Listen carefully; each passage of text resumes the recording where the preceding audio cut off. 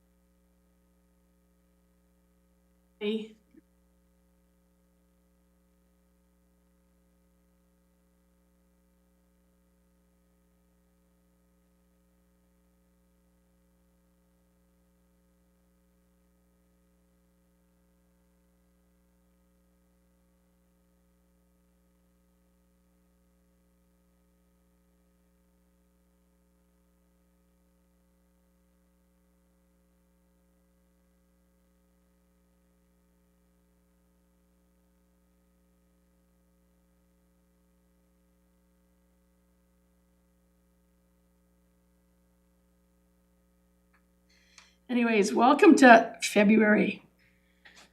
No snow yet. Fingers crossed, everybody.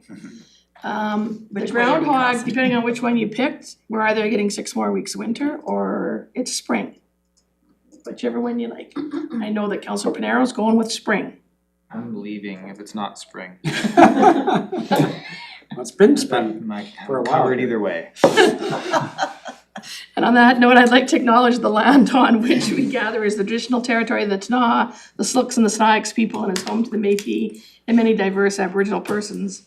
We honor their connection to the land and rivers and respect the importance of the environment to our strength as a community. I didn't receive any late items, and therefore could I have an adoption of the agenda? Circulated, moved by Councillor Woodward, seconded by Councillor Pinero. All those in favor? And that, thank you for the hands. And that carries.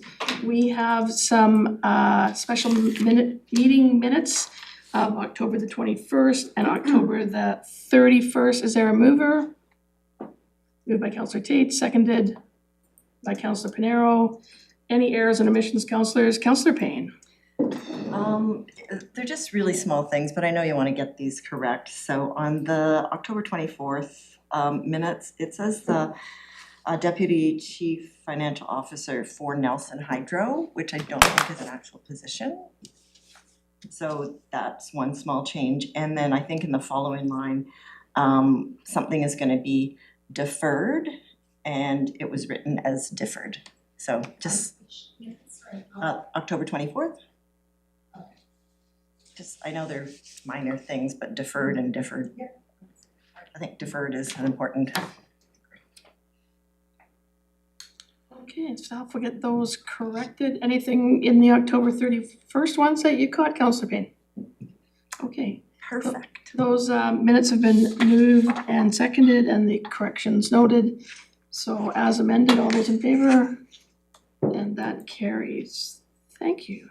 So moving right along into our AKBLG resolutions. And this is, there's nobody going to sit in the chair at the other end. This is council discussion of resolutions. So three, there are some in front of you, as well as, do we have, there's one in the documents here? There's 3 in front of you, printed out, and those are the 3 that we've got. Okay, so all 3 of them right here, okay. I want to notice some, no, that's something else. So, I'm going to, because Councillor Page has been gracious enough to give and turn his head to some of these. I think I'll just turn it over to you if you want to kind of walk us through it. Just not seeing, I'm sorry, I'm just still not seeing the one about housing. The secondary suites one? Yeah. Okay, It's attached. that's why I say it's attached. Okay, So there is one, so there's yes, 4. So there's 4, okay. Yeah, so there is one attached. I was gonna say, we have one that's attached, I believe. And that was the one that was from last year that we thought we'd try to work on to get some better language around to go back again. Yeah, which we did. But I'd love to hear feedback. Kate tried it. This one I don't have open, just 1 second. Yeah. Is that from the 9th? It's page 13 of the agenda. Oh, apologies. Yeah. Sorry, I'm in the wrong. This was the one that actually made the deadline. Which is the soft one. Deadlines is It's okay, deadlines, you know, they're Oh, yeah. they're flexible.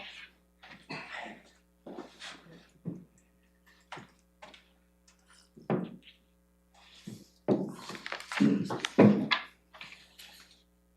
just gonna, just while everybody's looking and Kate's thinking about that, I'm just gonna read the, therefore be it resolved that FCM and AKBLG work with the Government of Canada and the CRA to simplify tax reporting requirements for renting a room or secondary suite within a primary residence, including the regulation of a simplified reporting or standard deduction option with the explicit goal of reducing administrative burdens for Canadians while making it simple to understand tax compliance. Councillor Woodward. Thank you, Mayor. So I really like what you're going at here. I'm a little concerned about the scale of the ask. Because you know how like sometimes it really works well when we focus in on like one area and say, you know, or two areas or something of the tax code or something, but this is quite a large swath. I'm just wondering if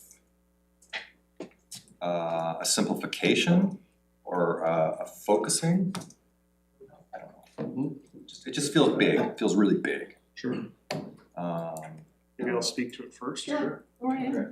So we had this come last year from our work at the NADP, and then we had that experience debating this on the floor of the AKBLG. We had contemplated the time that people on members had gotten caught between what is this, what are the implications, how commercial does this go, like what are we trying to ask for? So we tried to narrow it in this time to be clear that it was about secondary suites and within your primary residence, and the challenge and the problem that had been identified at economic development before was that to do this properly and do your books accordingly, you declare it as other income, you treat it like a small business, you report your deductions, and you do all of this in the context of your taxes. And that instead, for your primary residence, to open it up to more people, just allowing people to have a simplified framework to declare the income without having to capture all of the rest to stay tax compliant was what was necessary. So that's what this is trying to do. If there's any broadness in the enactment clause, I would say it's more broad just to provide the parties, the CRA, the government, whoever ends up negotiating this, the latitude to see what changes need to be made, to identify what makes this complex. Councillor Pinero. I don't know that this is a problem at all, but just to make sure that it isn't.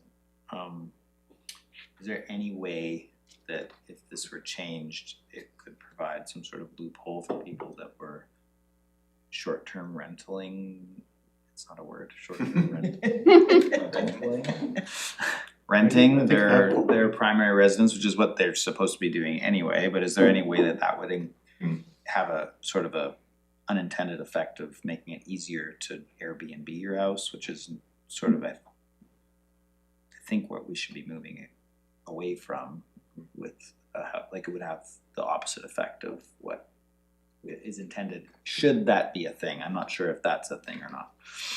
I think what it tries to do is just stay within the continuum of tax complication and say if this activity is going on, how can we simplify the reporting for the people who are doing it within their primary residence?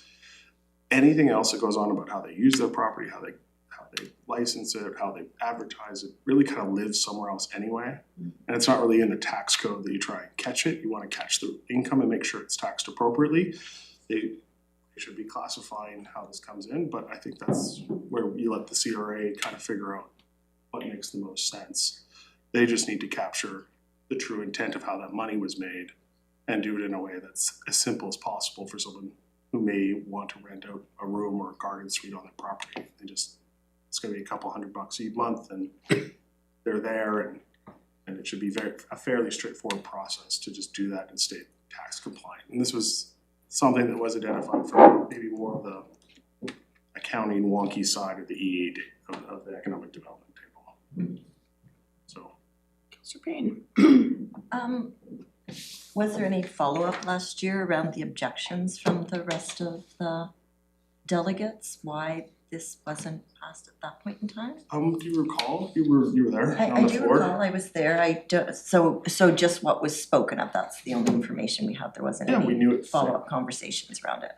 How we could make it better, why it might be. Yeah, do you Did you? No, it wasn't, as much as I mean, I've done this from both sides, cause we do rent out a room in our, for different reasons, but we have so many people now, especially when you're purchasing a property, who are buying places with a mortgage helper, which we know most people buying a home these days need a mortgage helper. And so having gone through that process with the CRA, I did have one conversation about it and somebody said to me, oh, it's not that difficult to do. But, I need to go, and it doesn't, but we're not in it to make money, we're in it to provide a service. So that means I have to find my hydro bill and this bill and the insurance bill and the tax bill, and they change every year, and then I have to put it into this form and make sure, and then because of the way we own our home, we have to divide it, so it's not straightforward. So I would agree with you that this would be beneficial, but I think how do you limit the amount of income that, we don't wanna make this an income. I don't know, that's what I'm wrestling with, because I did have somebody tell me Classification that problem with the I CRA. should be able to figure that out, and I can, but do I want to? Yeah, the CRA still has its rules around classification, and those will fall in, but I would agree, because I don't think we're talking about what you're renting it for, how much you're making, or any of those things in here. It's about trying to simplify it so that you're not having to produce all those forms all the time. I found it even very interesting when I owned the bed and breakfast, is where many small home-based businesses have an exemption that you don't have to file anything before you make $35,000. But if I made $350 one night, I had to file. Like the tax act is crazy. So I was paying every night. I'm paying the GST and the MRDT on every night's stay.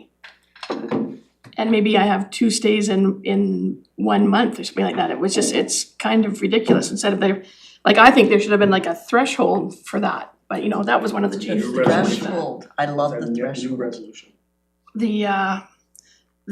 That is where I find it a little bit odd, because the other thing is that for me, when we took this motion forward, was trying to figure out how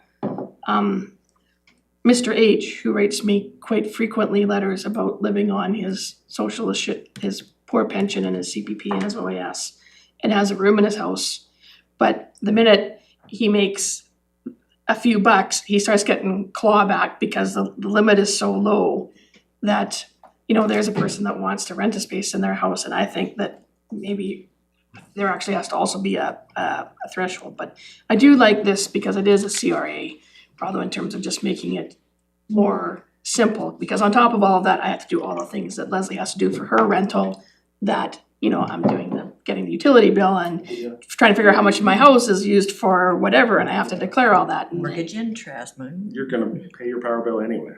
yeah, so, I think it's worth a try. I don't know whether or not we have the wording right yet, but the thing here is are we looking that we want to put this forward, and do we have someone that wants to stand up at the AKBLG Can I ask to it again? discuss this? Good growth opportunity, Rick, I'm not going to AKBLG this year. trail. Councillor Tate. Thanks, I might just, and I'll send it in an email to the group and Sarah. I might just suggest switching up, instead of many residents rent out a room or secondary suite, I say it is possible to. So I'm gonna change that. It is possible to, and then I would take out the to earn extra income, because the intention here is to open up existing housing square footage. It's a more attractive proposition. And you don't even need to give the reasons why in the whereas, we wanna stay factual, but the intent is to open up the existing square footage. Yeah. And that's what we heard at the Greater Nelson Economic Development table as well, so I'll just send that if that's okay.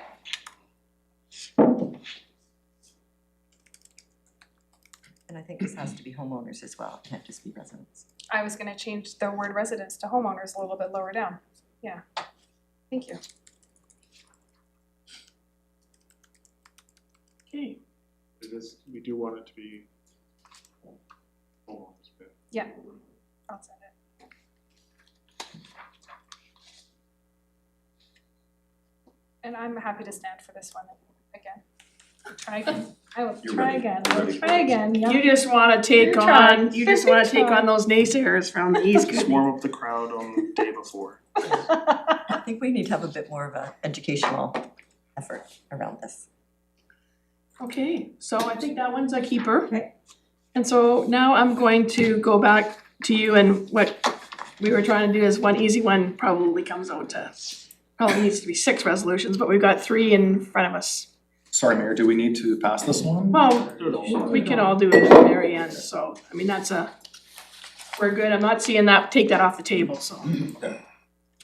Which one would you like to go to next? I'm gonna go to marketplace, then online harm, then private equity. Okay, I think this started in a broad scope of the things we're observing in our society, in our community around online big tech.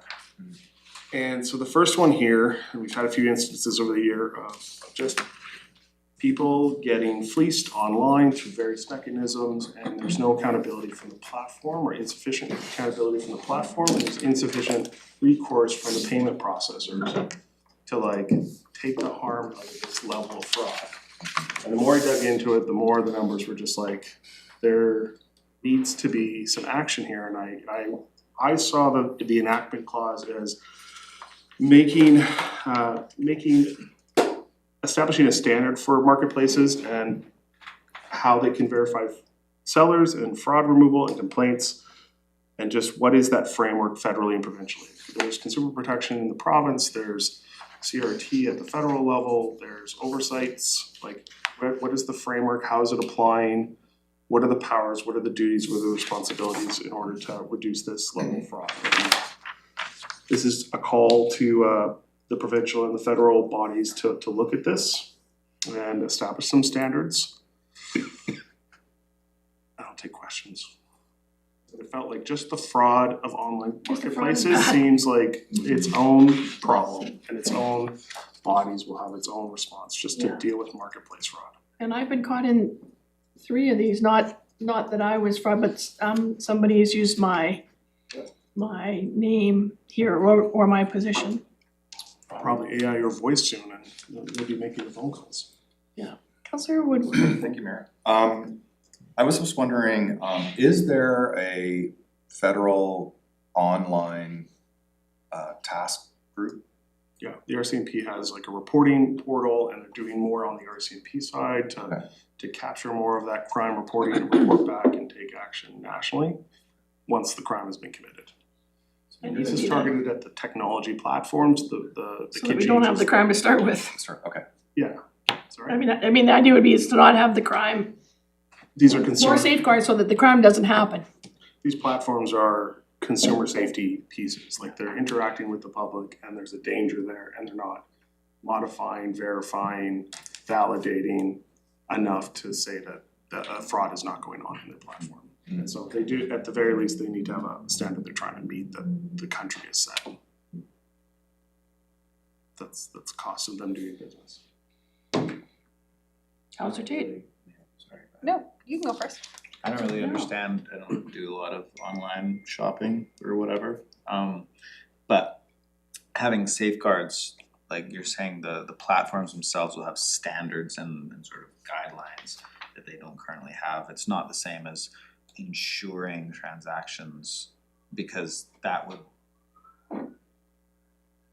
help the consumer, but it wouldn't actually do anything about the crime. If you, if I may, Right, like the crime Yeah. can continue to happen and the consumer doesn't have to pay for it, but the crime can still happen.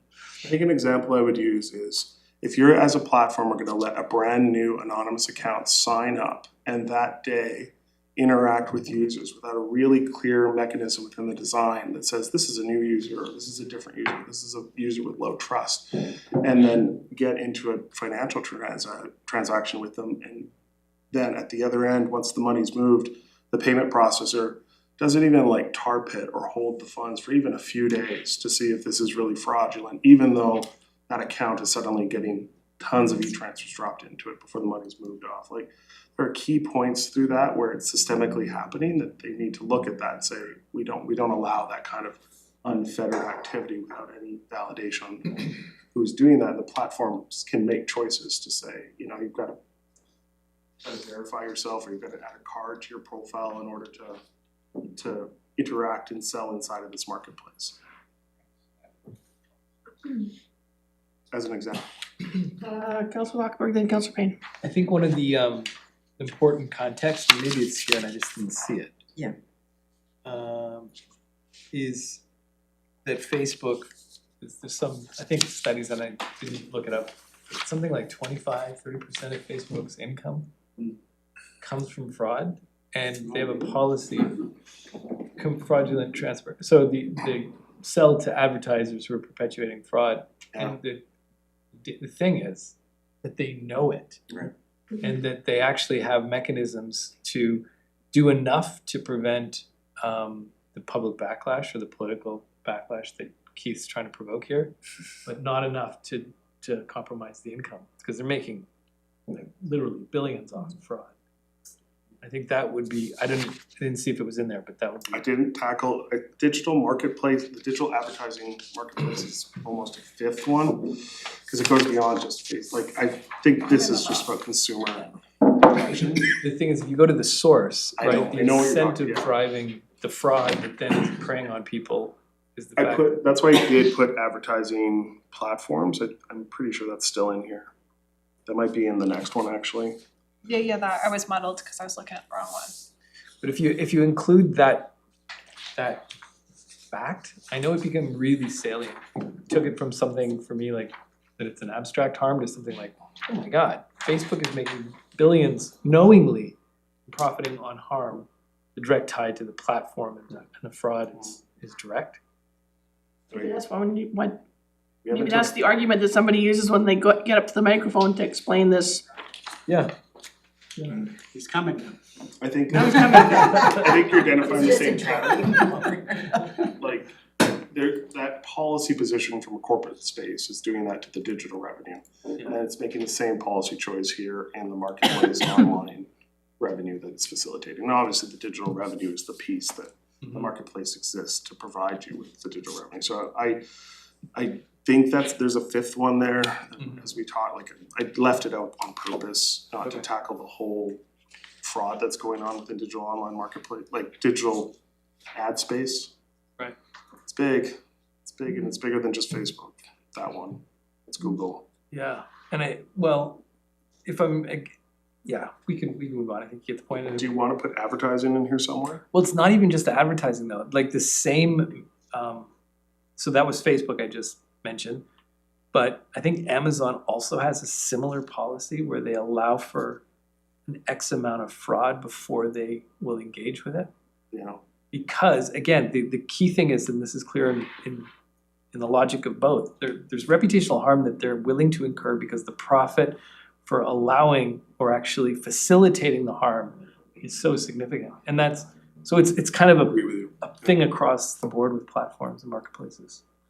Is there a link that you could add that says that more clearly? Well, that's what I was just wondering, is if you wanted to just mention it in the whereas, like, because it just, as a point, it jumps out pretty strongly. It did for me.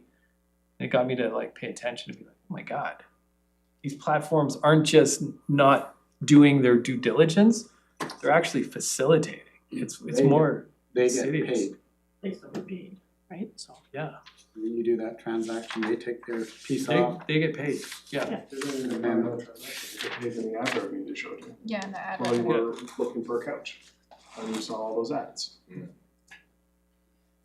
But it is, you know, they know God.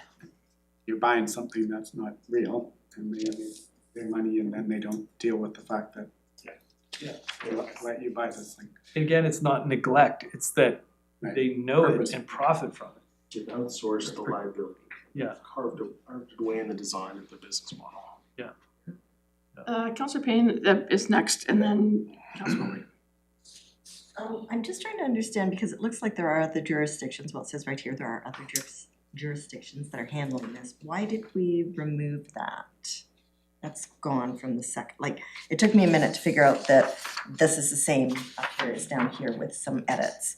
So we removed the fact that other jurisdictions are, Oh, it's there. It's in the Okay, second so whereas other jurisdictions include the United Kingdom and Europe have established mandatory. So is it the bottom one then? I'm Yeah, not- after Consider- suggested Bottom edited. one is what we're doing, and so No, it's on marketplace accountability, I think. Yeah, but So there's like that the moved first to and then another- there's the There's second. two, Okay. this two is on the how- same one, they're on online From marketplace highlight down. accountability. Yeah, from the highlight down. I'm with you. From the highlight down, so when I go to the therefore be it resolved, I don't. It's in the second whereas, it's in the Second middle whereas. whereas, just like it was in the Okay, first well, one. it's still there then. Yeah, sorry, it took me a while to figure that out. The other thing, could I just suggest one thing that I say to any organization that comes to me about, can we do some sort of executive summary? Do we, like, I think for someone who's not familiar with this, that's it? We're gonna call that the executive summary. The background is usually, is that what you mean? I consider an executive summary one page, but Shorten it for sure. I just think if you don't want people's eyes to glaze over who don't have a direct connection to this, just a suggestion. I'll work Hmm? on it. I'll work on it. I'm thinking of the audience. Yeah, fair. We need to, I don't know how much is gonna be coming in, you might have a more of an idea that those packages are large. And getting lost in the details is not what we want, we wanna hit the high points that have been mentioned to make sure, and then if people need further details, we can either link them or add on, but just a suggestion to you. Thank you. Councilor Woodward. Thank you, Are Mayor. we on this one? Councilor Page, do you remember a bunch of years ago, Line harm. Facebook wouldn't pay This one, they lost her. the news? And then the government tried to apply that and Facebook just said, well, we're just not, they just ended the ability to post, right? So it is, I mean, that was a government action to try to control or try to fund news sources from Canada, right? And they just said, well, we're not gonna allow any news sources from Canada then. This is So- asking for accountability standards to be established that all operators have to operate under. So I guess my question is, if the government presses on something like this, could the platforms, they're not just gonna leave Canada, but I mean, it seems like you put pressure on them and they just kind of That's what they say. move in a different direction, but still continue to do right? I think, if I may, You can. Sorry, I don't have a lot of I think experience Rick in will this. probably explain it. Yeah, the way the federal government would handle this is almost certainly with their counterparts in Europe. Right. And then the market's too big.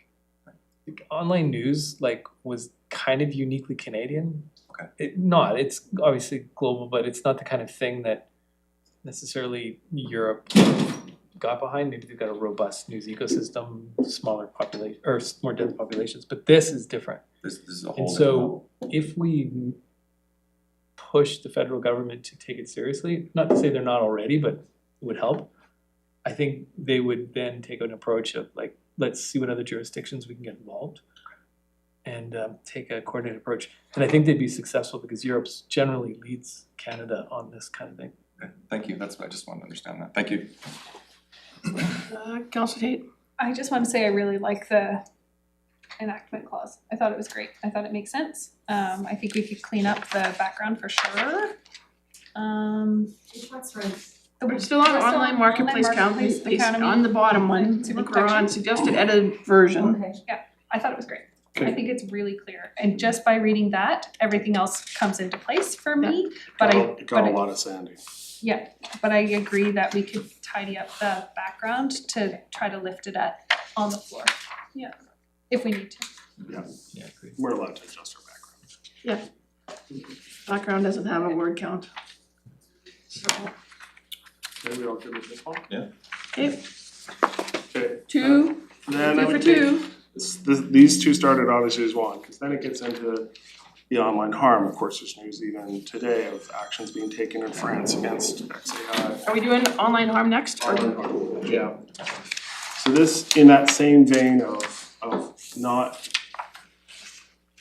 taking responsibility for the kinds of online harm that are developed within their spaces.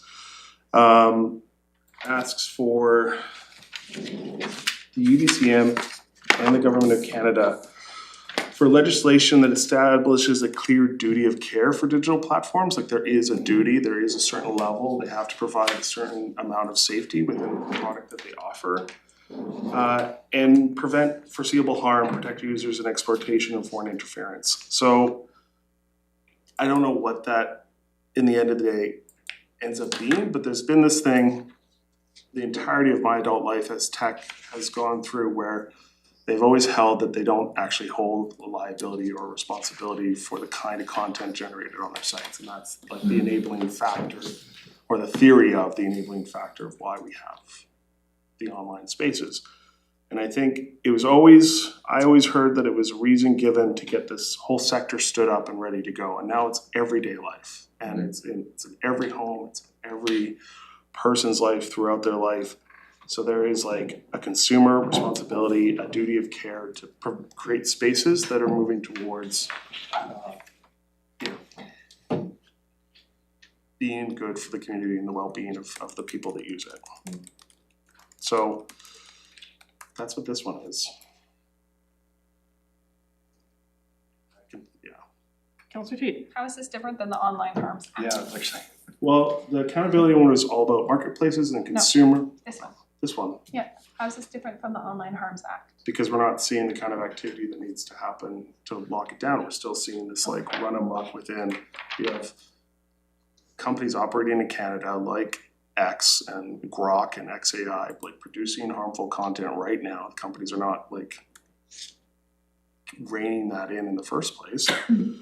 We have chatbots that are interacting with people and mental health, vulnerable populations, from mental health to depression, and those same products again are being tested on the population openly, and they're not clamping down. So I don't know what is not in the online harm legislation that is preventing this now, but I think there's a responsibility here from a corporate level that they establish there's a duty of care, that they have this responsibility, and how that gets enacted still needs a lot of work.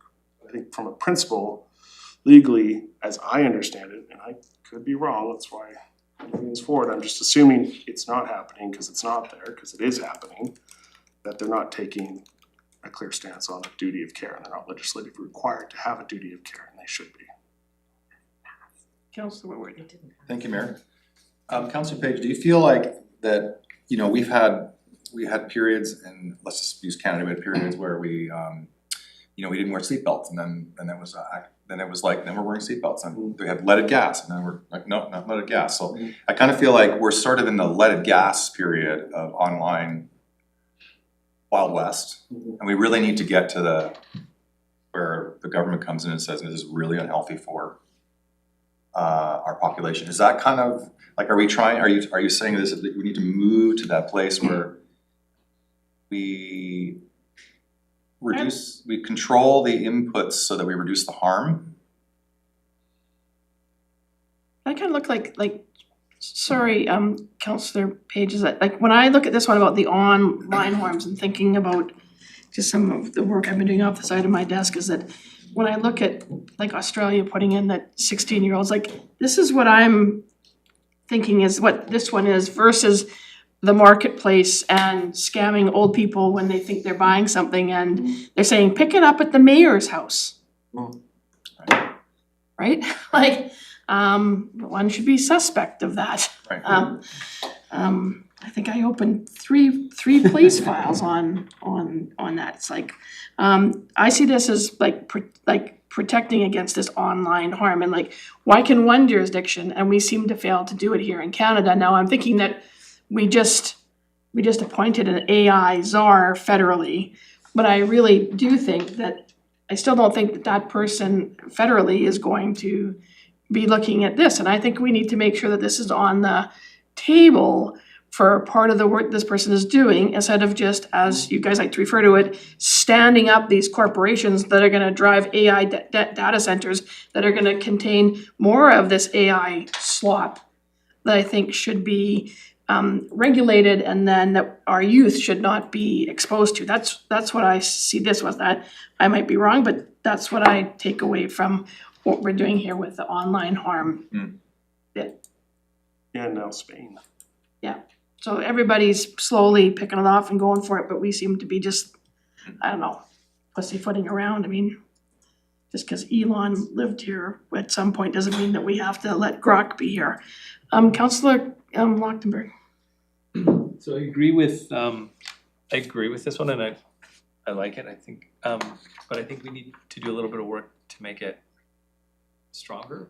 One of the challenges I'm anticipating is the question about how this involves local government. Like, this one feels more, the online marketplace feels more direct. At least you could make the case, whoever's standing up to the mic, in that especially marketplaces like Facebook, where they have, you know, resident to resident transactions, it's very much wired into the local economy currently. And so you could say that, you know, we, through our economic development responsibilities, through protecting generally the commerce and the activity of the community, we have an interest in seeing that this is better regulated in the same way that we say regulate through business licensing or what have you. But this one's a little bit more difficult to say what's the direct connection. So I wonder if we can figure out how to make it more related. Well, whether or not we make a statement here, but one of the things, so I've been doing some work and Councillor Tate has joined me on a couple of these conversations. But that one of the things too about online harm in terms of where does it fit in local government, because I struggled a little bit with this, because I see this as the oversight should be way up the food chain. But this is also not just about children, but when we see the amount, I mean, we don't do it here in Nelson, so we're not affected by it.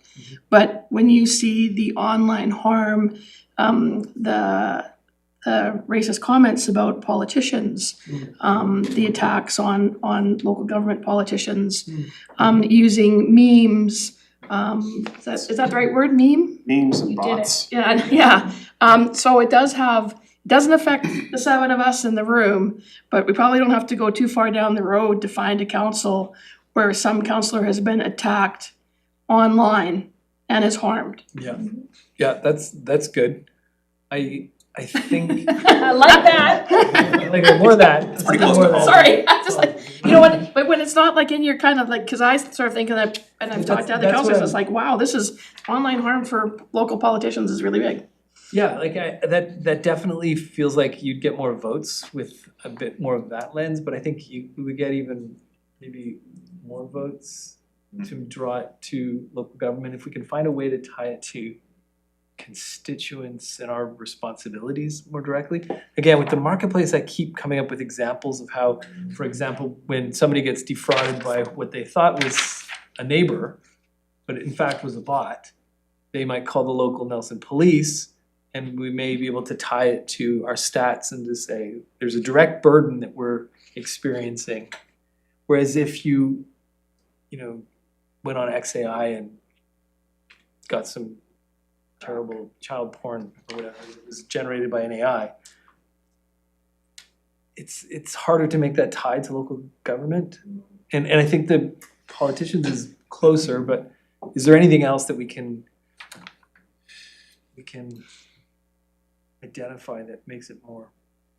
It'll probably pass anyways because people will just sympathize, but I'm just.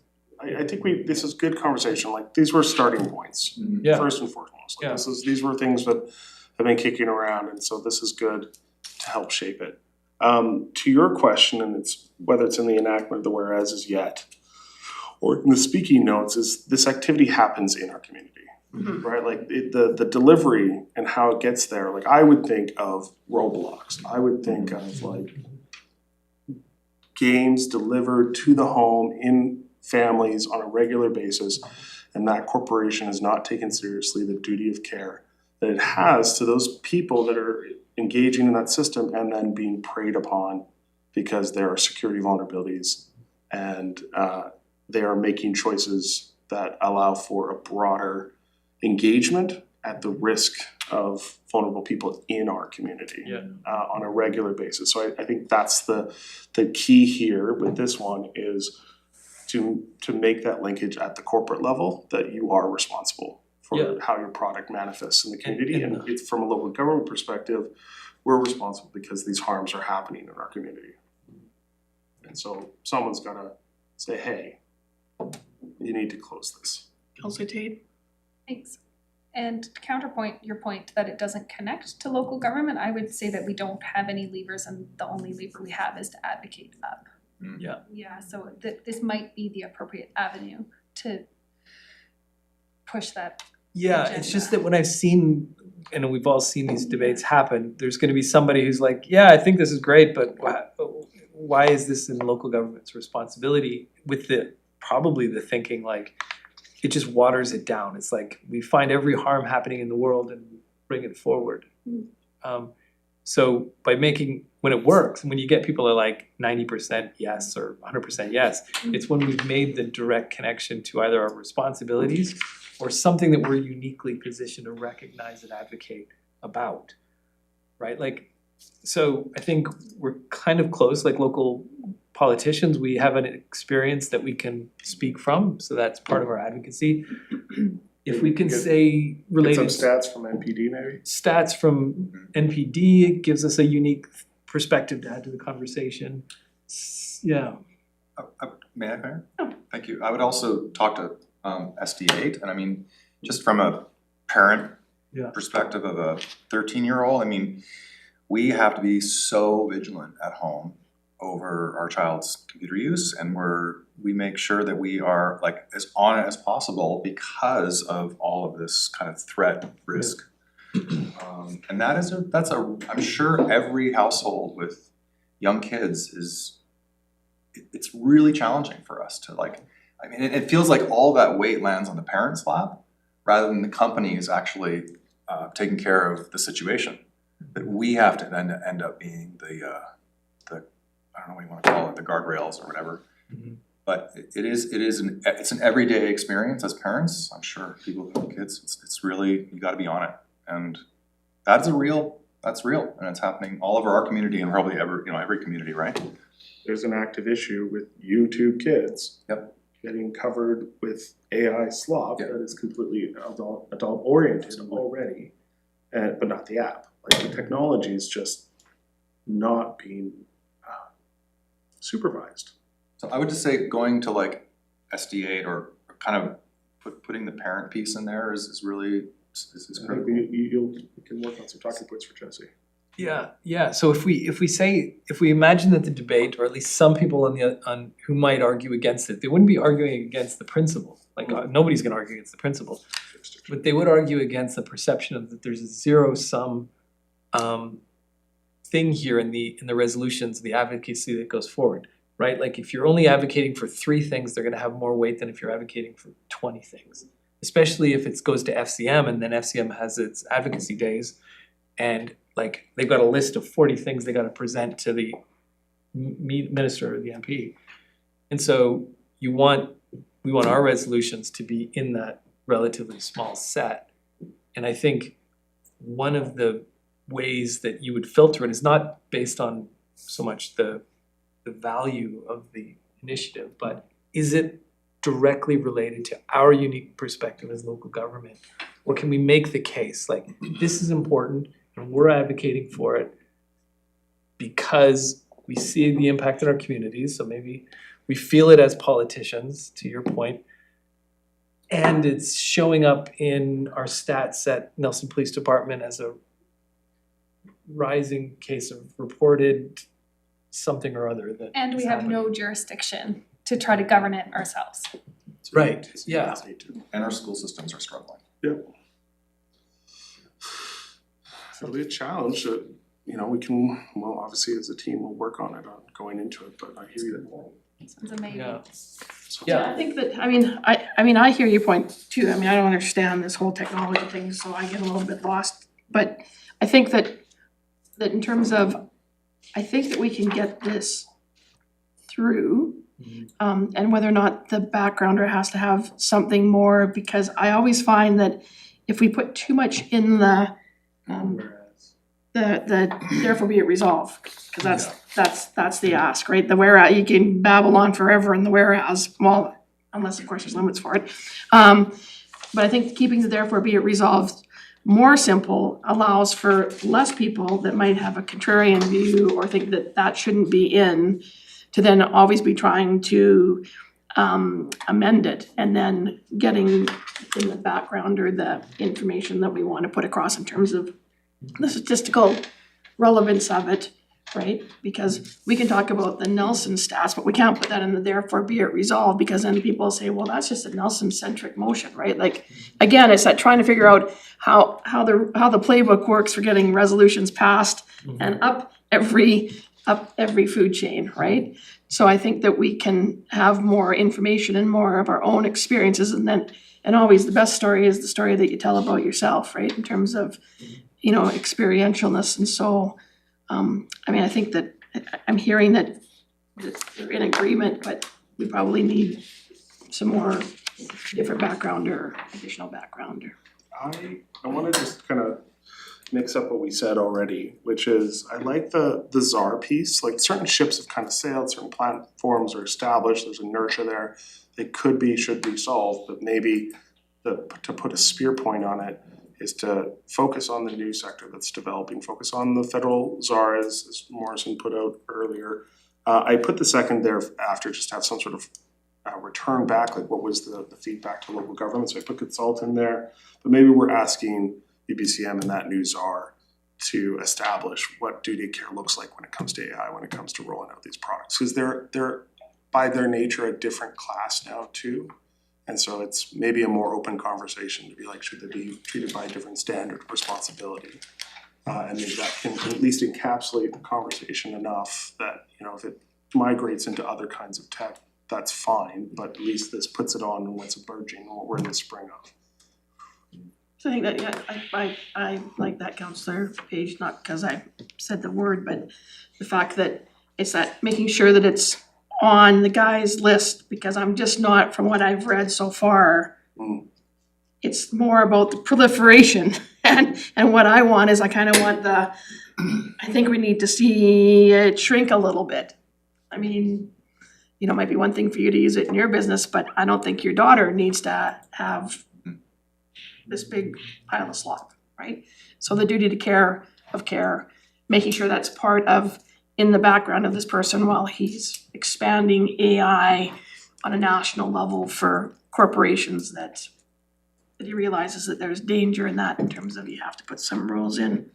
I'm at the city manager, that's, I saw a hand. Yeah, does the AKBLG advocate directly, or? It can. And is But that the intent here, or are we asking UBCM to advocate? UBCM. Okay, So I can take that out. Okay, so I think it's, the AKBLG request that UBCM. Yeah, you don't even have to put it in there, Okay. honestly, therefore be a result, because you're at that body. Right. You know what Okay. you're doing. Yeah, I just and then- wondered, and I saw that on the other resolution as well, so, yeah, I just wanted to clarify. Didn't We're asking UBCM to do this versus your local association to be advocating to the. shouldn't we be including FCM too? Because we're asking to advocate to the federal Well, government. this is going to UBCM, right? These ones That's go to your body. UBCM, and so. Whereas the other one was going to, because the other one we said that we advocate to UBCM and FCM, which, AKBLG also advocates to FCM sometimes, kind of. Have both if that's the intent. Well, it's just that if you're talking about the federal government, Yeah. your body would be. Yeah, it's fine. Okay, so, Just gotta Is get that the right things in the right spot there, so. okay, that's it. Okay. So, last one, Private equity. private equity. Okay.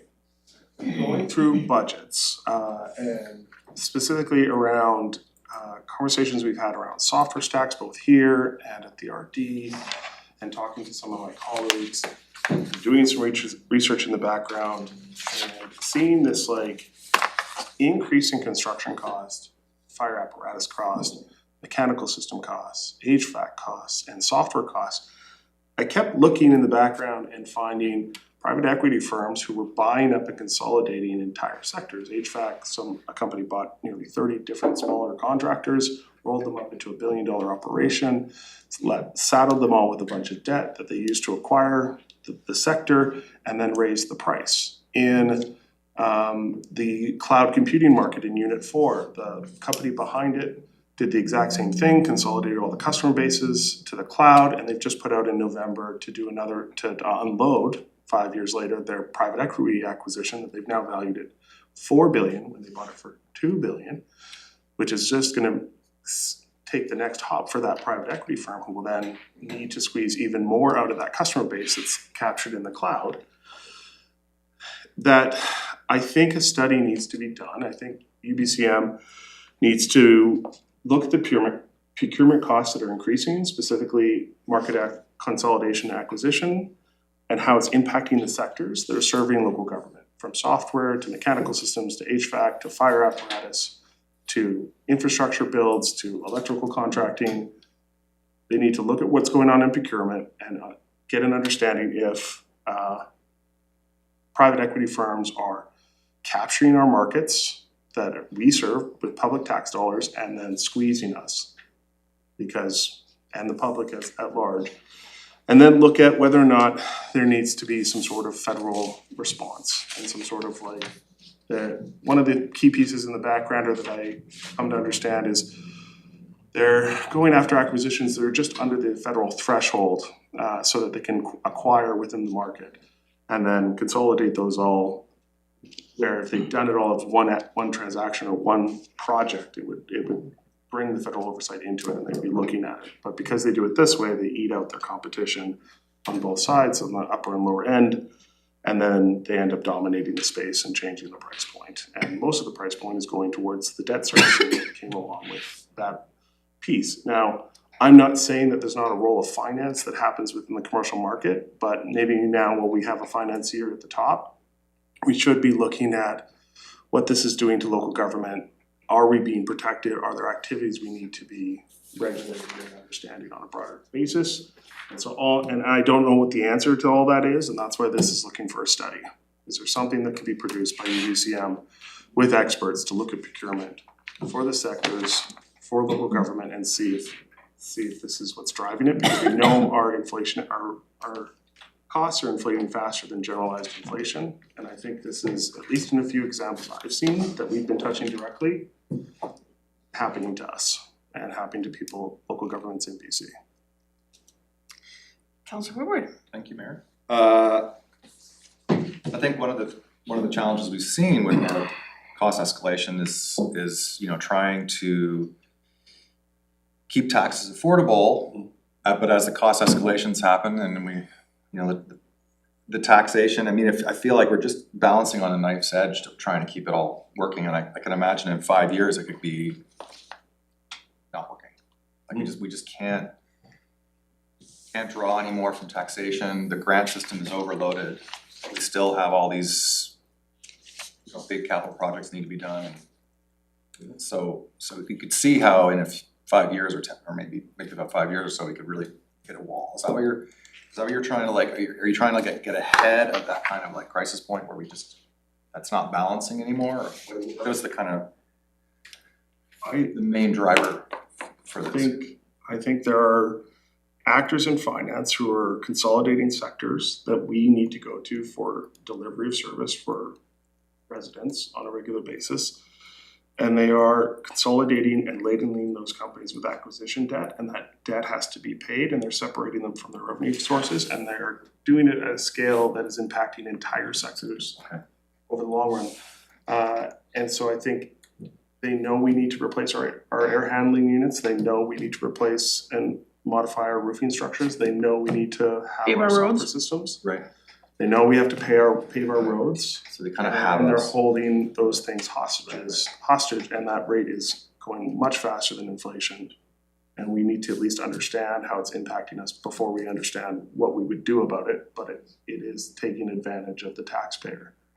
And so I think it's incumbent on us to get a good grasp of what that is, and I think this is missing. I haven't seen anything that tells me this has been reported on or studied properly, and that we do have a good wrangle on it, so I think we need to study. I like it. Can I just ask a couple? I guess my question, should it be more, well, my first question, does UBCM, it has funds to do research projects like this? I could do this, yeah, I could do a study.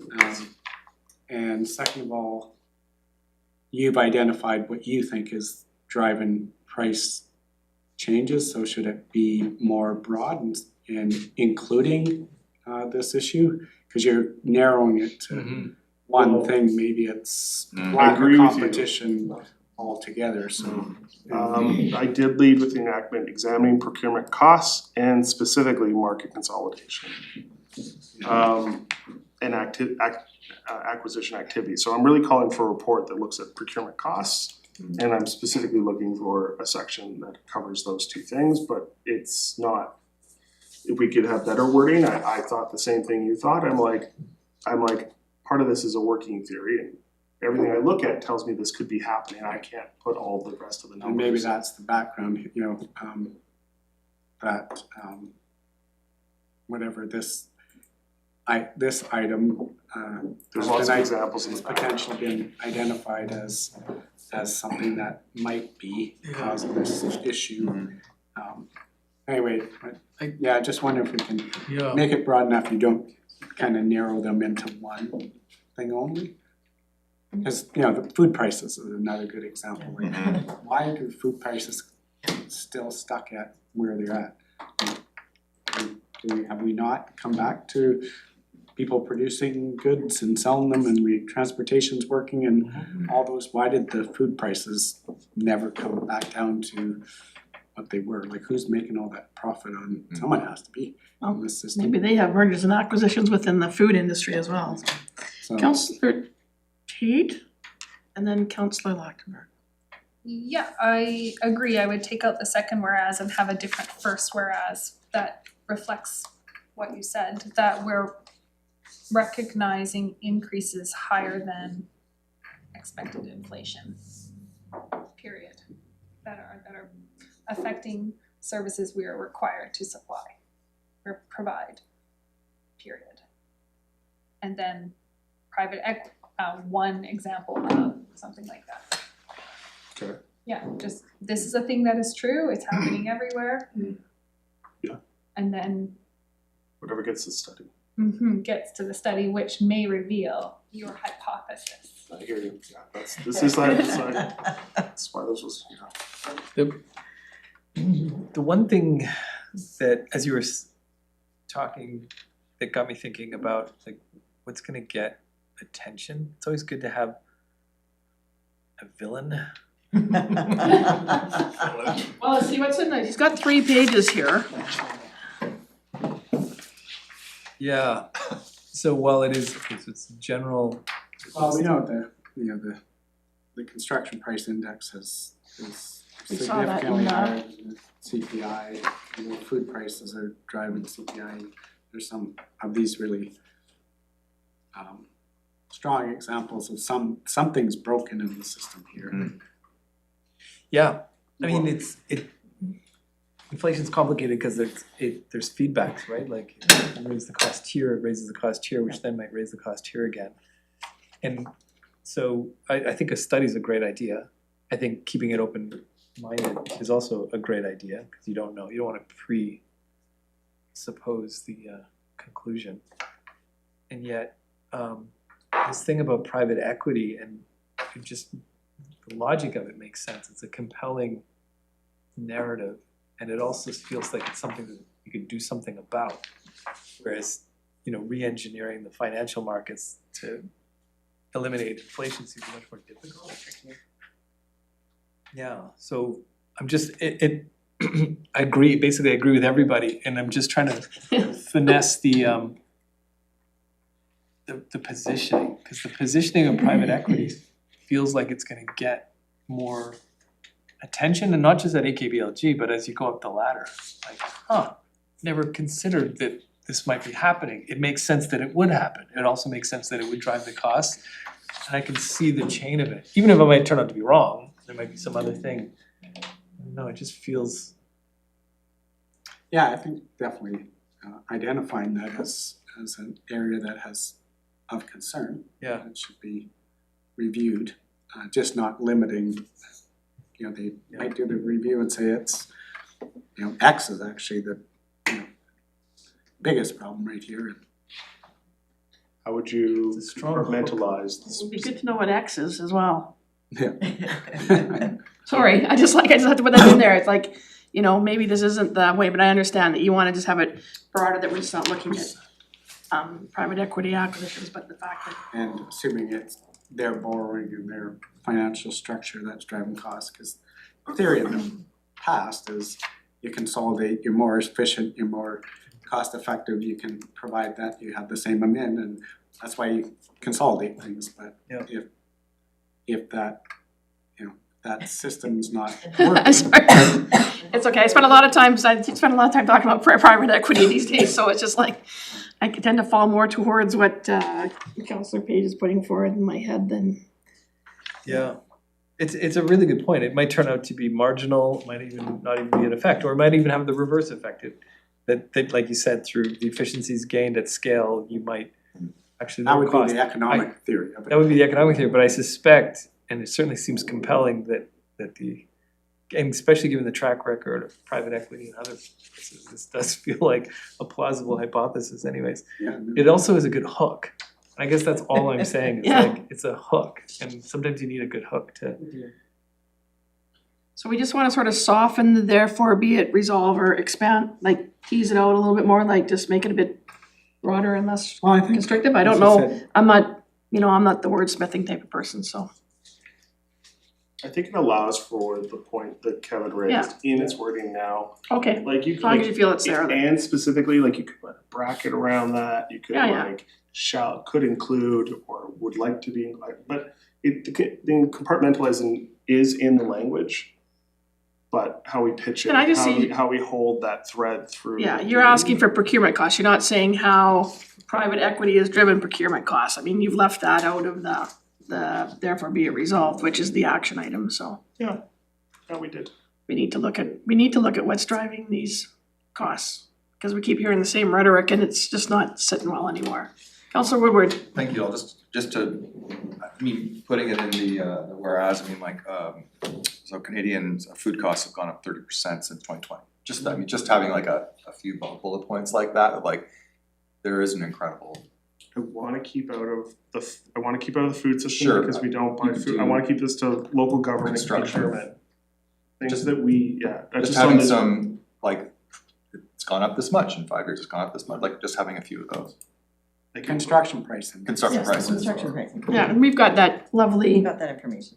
diagram from Mr. Jury that Yeah. shows us Yeah, stuff. like what you could have in your whereas, like obviously the background, you could do whatever you want, including do a big discourse on private equity, but in the whereas, you could start by saying construction costs and compare construction costs to, say, regular inflation that's not as affected by private equity yet. there's an example in the background about HVAC is up 22% over X number of years Right. versus CPI, Right. which is up 10, and so they're outpacing. They're outpacing, so yeah, emphasize that in the whereas. Maybe also, what's that? That's what, I know, I'm summing it up, I'm not, Okay, he's gonna say it better, go ahead. no, I'm not. It's been so long since you said it. Yes, man, yes. Gotta repeat it. But then also, I really think keeping something about private equity in the whereas too would be, I'd like to see that, because I do think it's a good hook. And if you could say that, Like that first whereas is happening, Yeah. It's also. You could add one more whereas it has a sentence about the example of, like, Construction the pricing. one example, the construction pricing. Right, so each I of mean, those 'cause this sectors is, yeah, you again, could still have, Yeah. you yeah, could still if have a you- whereas that's got a sentence referring to that, yeah, because so there remember you that. go. Start with that, keep the other two. and then you About go- a bracket and the percentage of each of those sections has increased, so it's like Mm. contractors percent, 23% since 2020. Yeah. And each one will have. And keep the second whereas, but before the word acquisitions, write private equity acquisitions, there's your hook, is that what you're saying? Yep. Yeah. Repeat it. Gotcha. Yeah. Bad guys. Okay, Gotcha. So I think Councillor Page is probably back to the drawing board and having to No. Good debate. get these words in there. So I think we're all happy with that one as well. Yeah. So congratulations, everybody. I think we have 4 very powerful motions going forward that really encapsulate struggles of the whole province. I mean, I always try to look at these, we talk about AKBLG as being our sort of local government, but if we want to move them along, I mean, it's quite clear over the years, UBC has always asked for the motions that end up on their table have a broad provincial impact, and I would say everything that we're bringing forward here doesn't just pertain to Nelson or the southeast corner of the province, but that has a very large provincial and in some regards national appeal. So once again, I think that quality work, thank you, Councillor Page, has been done in terms of giving some thought to worthy resolutions to go forward to the AKBLG. So if I could have a motion that we're putting forward the 4, and that Sarah, are you okay with working with Keith to get the little Sure. tweaks? And those will be submitted on the 7th. Yeah, so by the 17th, we need to have the final. So moved by Councillor Woodward, seconded by Councillor Panero. All those in favor, and that carries. Good job, everybody. Excellent. I'm excited just to go to AKBLG now, just to hear the debate. You're gonna be doing the debate. Okay, moving on, we still have time here to hopefully get through the city manager's verbal report and any council reports. So starting with the city manager. Yeah, just maybe a quick update on the group's effort to bring a FIFA World Cup viewing event to Nelson. Sarah talked to our market events coordinator, and she's supporting the group to get an application forward to both FIFA and to the province to provide funding. So that application needs to go in this week, and I think it's getting pretty close to being finalized, just working on the budget. There does need to be a level of matching, whether that's in kind or elsewhere from other sources. So I think there's a feeling from New Soccer, some can come from the business community. I think they're going to put in a grant application for the Ready grants as part of this, and I'll probably come to local governments to see what we could support as well, both the RD and the city. I think they've talked to, at least on the soccer side, I think they're gonna get support from the soccer associations in the Gascar Trail area and possibly Cranbrook as well, that they would support a FIFA event here in Nelson as that hub for the region. So that's where that's at. Any questions on that one? What is the targeted budget of this event?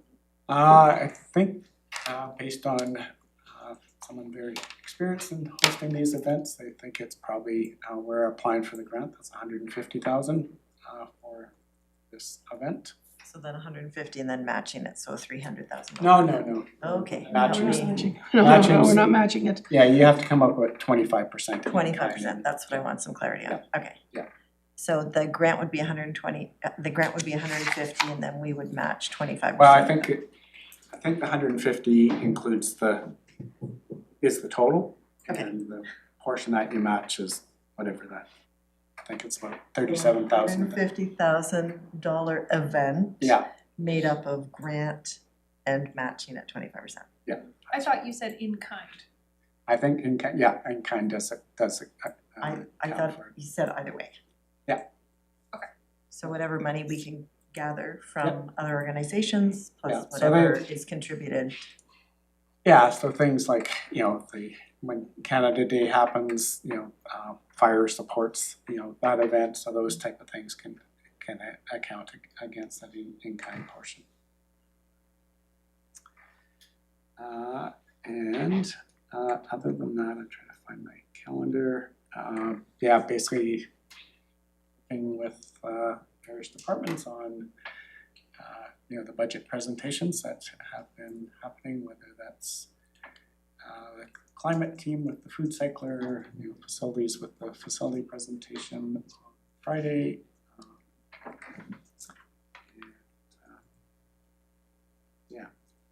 Turn it over to the two Chris's while I just check my calendar, see if I'm missing something. Yeah, I mean, outside of budget, like the city managers was saying, so we'll be coming back on Friday to revisit the organics discussion. We'll also have a presentation from our climate and energy group on a lot of the work that they've been doing and how they've integrated with all the other departments and sort of helping to shape their budgets. And we'll circle back on the facilities as well and try and bring that back around and maybe tie up a few loose ends. That's our last budget session this Friday, so. Until we need another one. Yeah. Maybe just a couple other things, just to let you know that our staff did meet with a consultant and RD staff around the Indigenous engagement project that's been spearheaded by the RDCK. That happened last Tuesday. I was just trying to figure out what that engagement looks like, and again, we're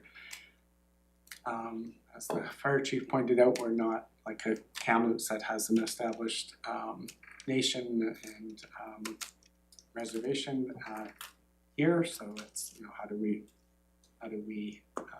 what does that look like? So we're not necessarily coordinating, protecting property, looking at how do we involve our Indigenous communities and identifying, or how do you identify those places that are important to them in the event of a emergency, that we have the knowledge that those places need to be protected, and also in terms of First Nations folks in our community, is there sensitivity? They give an example, using buses to evacuate folks, and some folks are have that residential school experience of that can be traumatizing for them. So those are just being sensitive to some of those things. So that's kind of finally taking some shape, and it's the first meeting with our staff on that. So just clarity, that's the grant money that we received and then consolidated from all the different communities to do this work together. So that's moving forward now. Yeah, it's finally moving forward. It was focused on emergency management, was where the funding came through, emergency management funding. Yeah. Hence a discussion about some of that, Yeah, this is strictly on the emergency management front, and we're hoping that it opens up those doors for that progress. It's a start to have that engagement. And finally, just on Nelson Hydro's AMI, that automated metering project, so that they have gone out to RFP at this stage and have received pricing from various vendors. It seems relatively positive at this stage, a lot less than that original business case that was brought forward by our general manager and with the help of consultants. So they're just going through that process. There's no commitment. The RFP is very clear that a business case has to be brought forward to council, plus it has to go through the CPCN process through the BC utility, which is certification of public. Anyway, it's a process that you have to inform the public that you're looking at this larger capital investment, and there's a whole process to go through that. So all the vendors know that both those things are required to do that, and I think as council is aware, we're also working with BC Hydro to see if there's a partnership there that makes it more cost effective than doing this alone or in partnership with other BC municipal electric utilities. You may probably already saw it, but the PMO's office put out a press release about their commitment to electrifying the north and rural areas, et cetera, et cetera, et cetera, including infrastructure upgrades. And it did feel like an opportunity when we do have advocacy and intent, or any opportunity coming up, to be like, this is that. This is an opportunity to, add data to this type of distribution grid in these rural areas that are far. So I think we could figure out how we fit inside that kind of funding pocket that they're going after, or at least let them know that we should fit in that pocket. That's it. You have anything? I'll just, a couple quick things. Some may have noticed, Vernon Street, there's some streetlights where there weren't streetlights, and there's no streetlights where there are some streetlights now, so we're continuing with that project to replace those streetlights along Vernon. We have heard some consternation from the public around gymnastics area, how it's quite dark there because those lights did get taken down on that block. So we've had Public Works, I'm not sure if they got up there today, but that crosswalk there, just putting up some temporary flashing lights for that crosswalk, just to raise people's awareness for that area. But those bases are all being leveled out, and those lights hopefully will be on in the very near future. The bases are going to be worked on leveling out this week, I understand. So that will be coming as well. The lights that we have installed along Vernon, these are solar lights, and we're just working with the actual settings. There's different settings that you can throttle, so they're just figuring those ones out. It's an interesting concept to have in that area and make sure that we provide the right amount of light. So just know that there's some work happening there as well. Chris, in the next, just on that, just maybe explain why we went solar versus. Yeah. So in that case, the existing electrical system that was running the lights was not where it should be, and would have required some fairly significant upgrades to bring it up to a standard. It would include tree removal along the boulevard there, breaking up the road, breaking concrete, et cetera, et cetera. So this, avoiding that, the solar was the opportunity that we saw there to get those up without, having to basically plan major works that would take, an amount of time to get done and cause a significant amount of disruption, lose the boulevard trees, et cetera, et cetera. We do get that will have to happen at some point, as we are trying to socialize the idea of our trees. We will need to, cycle them through eventually here, but we'd prefer not to do it in one fell swoop kind of approach. So that's how we ended up with solar on that block. Yes. I won't say anything about the color temperature, but I was curious if these will be what we tie in the festive lighting. Like, is it able to provide power for those sections? Is that enough battery power?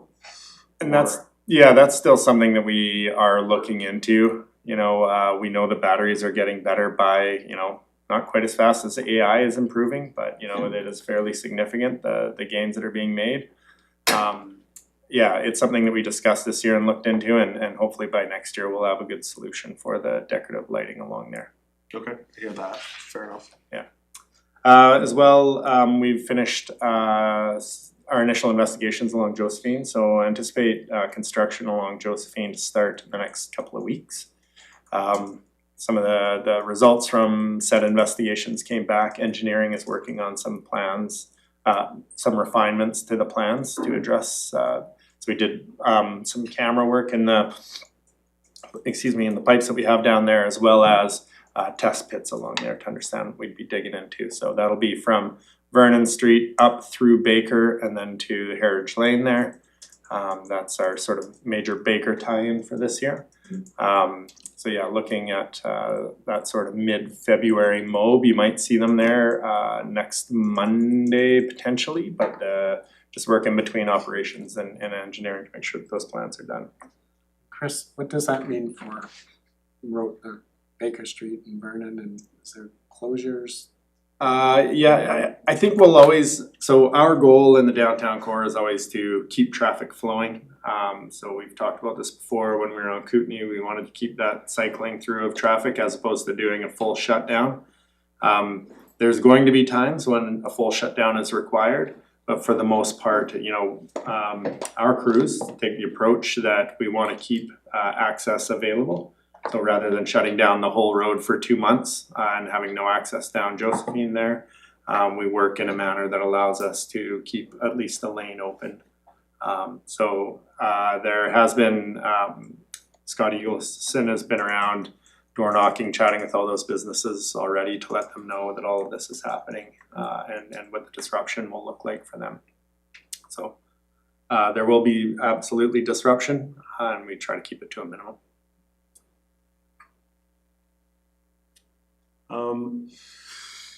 Are we getting as far as any changes to sidewalks? There's some tight spots there. Is this an opportunity to rethink flow around some of those existing trees or? Well, so for this project with the sidewalks on Josephine in particular, you're probably thinking by that stairway that goes up. Yeah. We don't have anything that we're looking at there. We are taking advantage of the temporary or rapid implementation crosswalk in front of Jackson's Hole that goes across to the north side of Vernon. So currently there's 2 Jersey barriers there, not exactly the look we're going for. So we're looking at designing some bump outs there. So just to have that more clearly delineated crosswalk function in an area like that doesn't necessarily have the stop signs or a traffic light. So we are gonna make an improvement there. There's been some discussion around improvements as we go through Baker as well on the corners of the sidewalks there to maybe test run some bump outs for that portion. So, sort of expanding the space on the sidewalk there. And the thinking around that really is those corners will have to be removed anyways of the sidewalk to get the service times that we have there.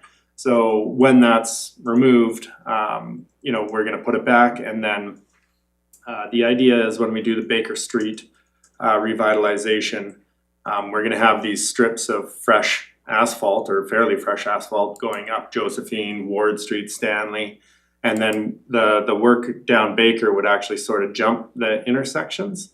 But you'll have that area shut down, and we can try this bump out now for what is a very minimal cost because we had to replace it anyways.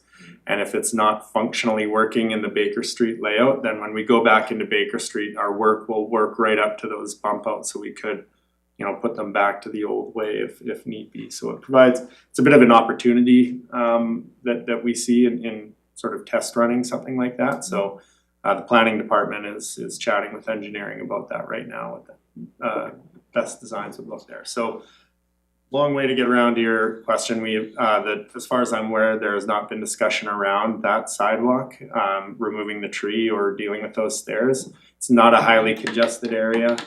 It is good, angle parking for us there. Josephine isn't super wide, so I think if that were Baker and we saw it constricted that much, we'd be looking at what we can do, as we will. But at this time, there's nothing there. I'll just say it's not constricted if you're an able-bodied walker. If you're using any sort of accessibility, it is problematic. So hopefully at some point in time. When is the communication gonna start going out so that people understand why we are disrupting traffic and ripping up the street? I mean, we know that we're doing subterranean work there that will eventually be an improvement for everyone in the area, but. Well, the communication's already started with all the local folks. Yeah. So they've already been, Scott went and spoke with all of them. As far as when the communications plan gets rolled out, have you seen? I saw a draft of a media release that was gonna go out. I asked that, we identify sort of what we see as the, impacts on, all traffic, pedestrian, vehicles, etc., so that we can give people a better understanding that, as Chris alluded to, are we gonna try to keep traffic going on Josephine while this is happening, what happens when we're crossing intersections on Baker, Vernon, Victoria are all very key intersections, so that was my feedback. I haven't seen anything back from it, but I know it's being drafted. Just focusing on the long-term benefits of doing that work, I think Yeah, is no, pretty for sure. key for everyone to understand. Yeah, Cause you can sort of grin and bear it if you know that we're not just ripping it up for something to do. yeah, no, we always take advantage of telling our story. It's, I think this pipe is 100 years old. Yeah, 1927. Yeah. I think. Wow. You could auction off parts of it for like historical value. Well, you go down to Public Works and they got one of the old wood ones there, so. Sorry, didn't mean to. Yeah, so that was in the draft release, talking about how old this infrastructure was, et cetera. Okay. And we still have 3 minutes for council reports. We are having dinner catered, so we probably can go to, 10 minutes probably for sure here. So councilors, anything you wanna report? Councilor Pinero? Just for people that may or may not know, but a week or so ago, the local Sinais community had a serious personal tragedy, a family tragedy, and lost somebody very important, and it's a very small community, as many people know. So I think it's a tough time, and I think it's a great opportunity for those of us that do try to engage with the Indigenous community that is actually here and lives here. It's a great opportunity to reach out and help, and I know that without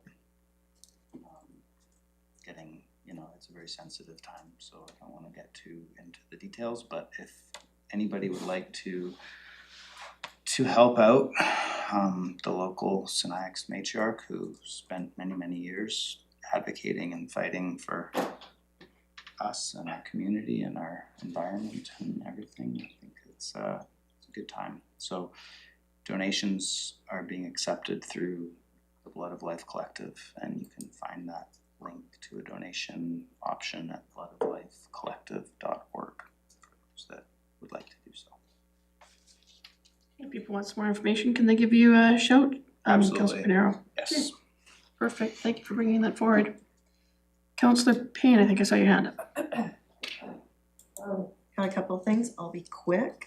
This month, February 15th to 21st is Heritage Week.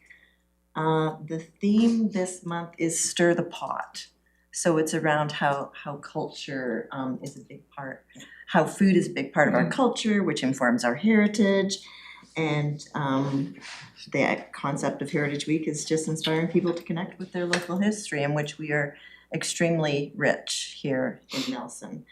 There will be an event coordinated with the Nelson Museum and Art Gallery and the Heritage Working Group on Sunday, February 22nd at the museum from 1 till 2.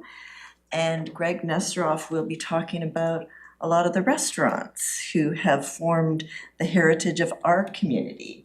So I'm sure anyone out there who doesn't see places that they used to see or went to when they were younger or have heard of places will probably be really curious, because when he did the one around lost heritage buildings, the room was packed, and it was really fascinating to see some of those buildings that we have lost in Nelson.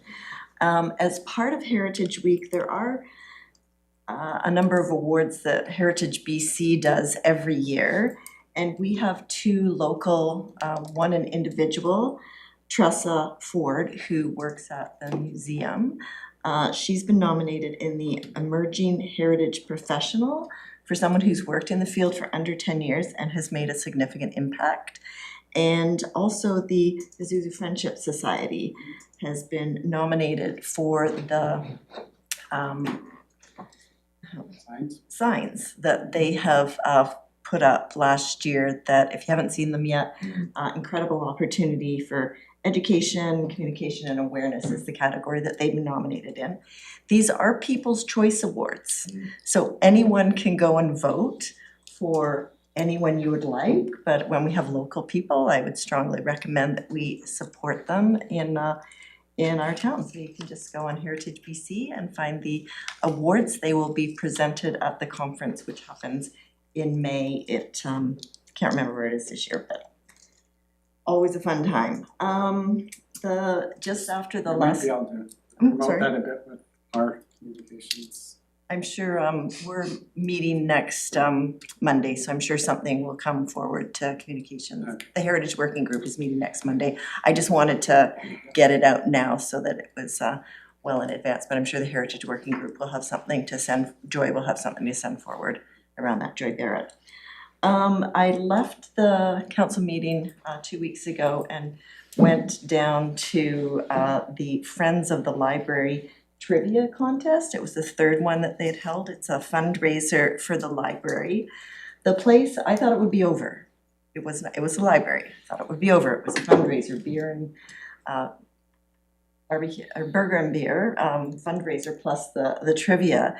The place was rocking at 9:30 at night, and they just did an amazing job of a hugely engaged group of individuals. And one of the second place award winners actually resided in my house. There were 2 teams representing our household, and fun was had by all, so I got to see it from both sides. I think it's an event that they will continue, and they just have done a really marvelous job. So if you get a chance to go, highly recommended. Last thing I'll talk about is the Housing Committee meeting last time. We did get a presentation from our senior planner, Ken Bordeaux, about the housing dashboard, but we also spoke briefly about the housing symposium that we're supporting Community Futures in doing on April 30th. And right now they are looking for speakers, sponsors, and workshop ideas. So if there's anything that, any connections that we are obviously reaching out in the Housing Committee and a number of other organizations, but I think it'll be a really significant event in our area to bring so many providers and suppliers and builders and financiers and everyone working in that area together to have a conversation.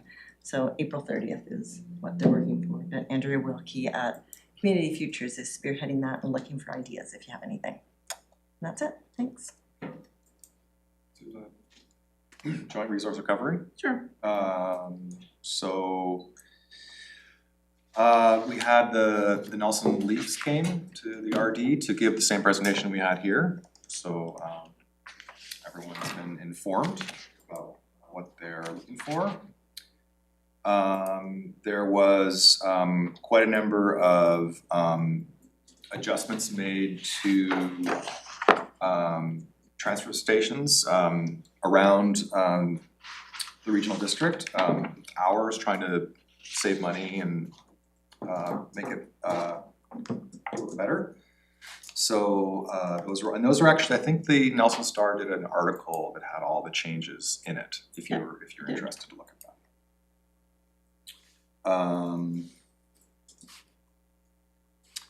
There was a report done by the staff on, they had hired 3 field supervisors to the transfer stations in 3 different areas to try to basically smooth operations, and it looks like the early results is that it's working well because they have another layer of management now. So that looks good, those positions. And the town of Creston received funding for their septage work they need to do. So, and then we were working through the budget, east of the region, central and west, which of course then went on to the board. And that's about it. We had our parks meeting around budgets. The council asked specifically around maintaining a share of the expenses as it was in 2019 and getting back up to that kind of that parity was not successful, but was referred into a workshop to talk about the principles around what the contributions would be, but what was passed was the inflationary increase of just what we were getting last year, plus the CPI. And the question that we were asking in terms of the regional park and our contributions, keeping up with the pace of the spending of the park service overall, that will go to a workshop to contemplate. And I had specifically asked in that city staff and that it be part of council. So expect that there'll be one or two other people other than the commissioner going to that workshop for both Samuel and for the city of Nelson. There is money in that service that if a decision was made to match those funds later in the year, we could come back for a financial plan amendment to that service and do it just like we got when those decisions were made in the fall and those contributions to the field service were brought in later in the year. On the park side, or on the recreation side, we got our normal updates and then had direction from the commission to have staff come back with options for a referendum, specifically around the campus survey that we did and the intent we heard from voters to potentially spend more to maintain recreation facilities. We thought that we want staff to come back and tell us specifically if we're going to prepare for a referendum in October to actually ask that question, do something with that public engagement. What would that question be? And how would we structure that referendum if we wanted to do it? And how would that play out? And specifically right now, it's not necessarily assuming service S226, the recreation, but instead the recreation campus buildings as at least an option to be considered. Might be a different service, different referendum would bring it up to speed or bring it into being.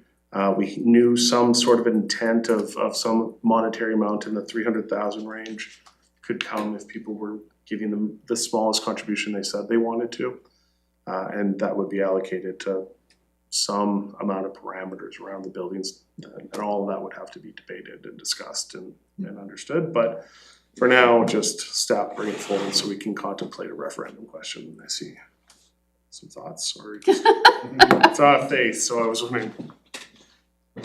No, just in terms of, I think I had a conversation earlier, just making sure it's open enough to Catch the recreation hubs. look at some of these facilities that probably need some investment if they're going to remain as viable spaces and now and into the future. Legacy buildings. I would say that was definitely part of the conference. I did hear that it wasn't specifically, there was the discussion about whether or not a different service was actually developed to look at spending the money instead of trying to figure out how you kind of add in some money coming to the Nelson facilities that need upkeep. So, I mean, I think that's why staff has to go away and come back with something. You know, the only unfortunate part there was a commissioner there who quite clearly stated that there would be no support for any kind of taxation increase for their area. Yeah. Well, I have a question about that, actually. That was rolling around in my brain.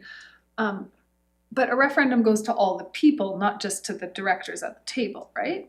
Well, they have to agree to be They part have of to that. have to agree to be part of the referendum. Oh, okay. You can't and do it the without- director agrees to be part of the referendum before it actually gets to go to the people? Well, we would Okay. vote, so at recreation, there is Yeah.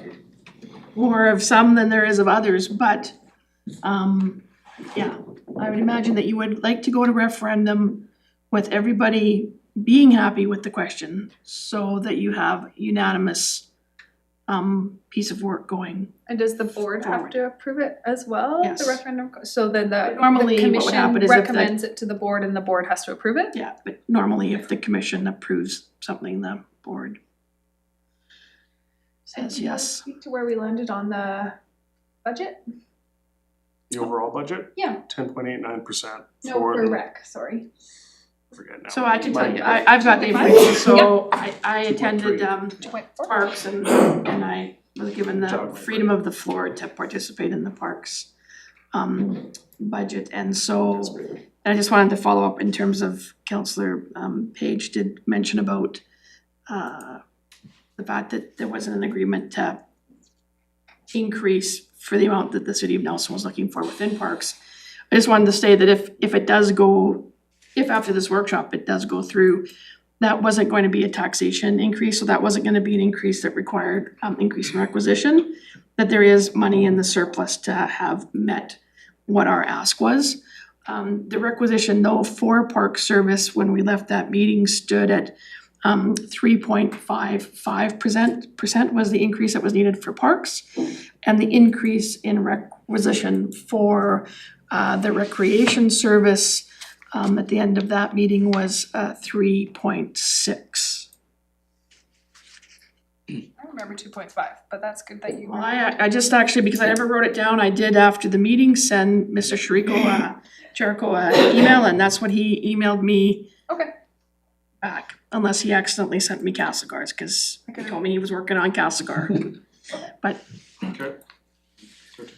And the other key point from rec that I wanted to share with the table is that, is it last year and this year is the first time in how many years that the operations has not been funded from previous reserves, We right? didn't do it last year, I don't Was- think. This is the first year. Is that correct? Yeah. Yeah, it was very exciting. It's very exciting. No longer funding operations from reserves. So Not on the credit card anymore? it's been a shift. It's been a big, it's a lift to, because you have to raise taxes each time to do that, and that hurts people's hearts.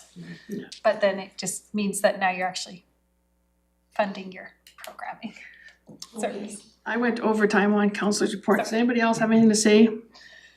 Last thing I just want to say is just to remind everybody that February is Black History Month, and our standout Nelson Public Library, of course, has a number of titles on display, has some young adult really focused materials available, and a great selection of contemporary literature as well as history about Black history in Canada on display. So, and that'll be on their focus all month. So on that note, nobody else has a report.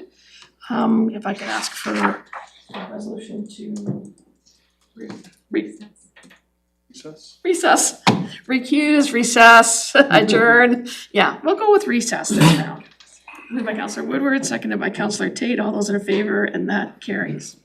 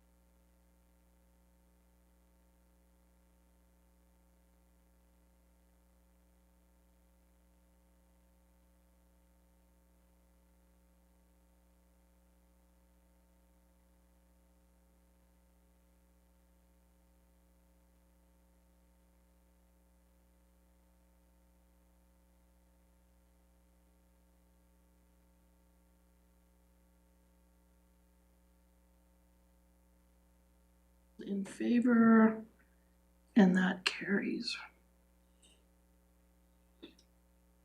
Okay. Are we on? Okay, so moving on, we are at item number 10 on tonight's agenda.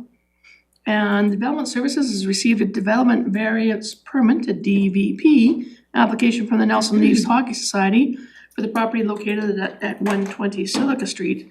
The purpose of the application is to increase the maximum numbers of permitted shipping containers to 4 to allow for the temporary storage of recyclable material intended for shipment off-site. Staff has recommended that council approve the DVP to allow 4 shipping containers at 120 Silica Street until such time that the recycling depot is relocated to another site. So, council, we have staff here. There was a pretty complete background here, but perhaps we'll ask staff just to give the high-level synopsis, and then if there's any questions, actually, they can give the synopsis, and then I'll ask somebody to move the recommendation. Thank you, council. Yes, so as council heard back in January, the recycling depot at 120 Silica Street presented to council, and they explained a little bit about their challenges, particularly around temporary storage for recyclable materials that are going to be shipped ultimately off-site. Currently, they have 2 shipping containers on site, but that's not enough room for them, and they're looking to increase that to 4 shipping containers. As the mayor had mentioned, we have a comprehensive review of the zoning bylaw and regulations and staff's comment, and there's no concerns with 4 shipping containers. Councillor Lachtenberg, I'll move the recommendation. seconded by Councillor Woodward. Oh, sorry, Lottenberg, I'll second. Yeah, and seconded by Councillor Wood. I think I said seconded by Councillor Woodward. Thank you. Okay, Councillor Lachtenberg, you wanna read it out? The council passes the following resolution that the application for a development variance permit be approved to vary the requirements of zoning bylaw 3199/2013 on the following property. Lot B district, Lot B, District Lot 95, Kootenai District Plan 6980, except part included in Plan 10600. As follows, zoning bylaw number 3199/2013, section 1.1, 14 DF to increase total number of shipping containers on the subject property from 1 to 4. As a mover, did you have any comments, Councillor Lachtenberg? No. Okay. Councillor Payne. I'm just interested in a little background, because I wasn't sitting at the table when this came forward the first time, but I do remember there were a lot of concerns around being that close to the Cottonwood Creek, and it seems like the way they were installed that was mitigated, and it's not mentioned at all, so I'm assuming that that's not something you need to. They are in a floodplain, but they are further than 15 meters from the creek, and we did have a geotechnical engineer look at it, and they basically just needed to raise the shipping containers 1 foot off the ground and then bolt the containers. So if there was a flood, they wouldn't float away. So was that the same So situation? that has already, yes, it's already been looked at, and that is something that the Leafs would need to do with any new shipping containers as well. Yeah, I think it's just great that the community knows that that has been assessed once again and found to be compliant with what best practice there. Yeah. Thank you.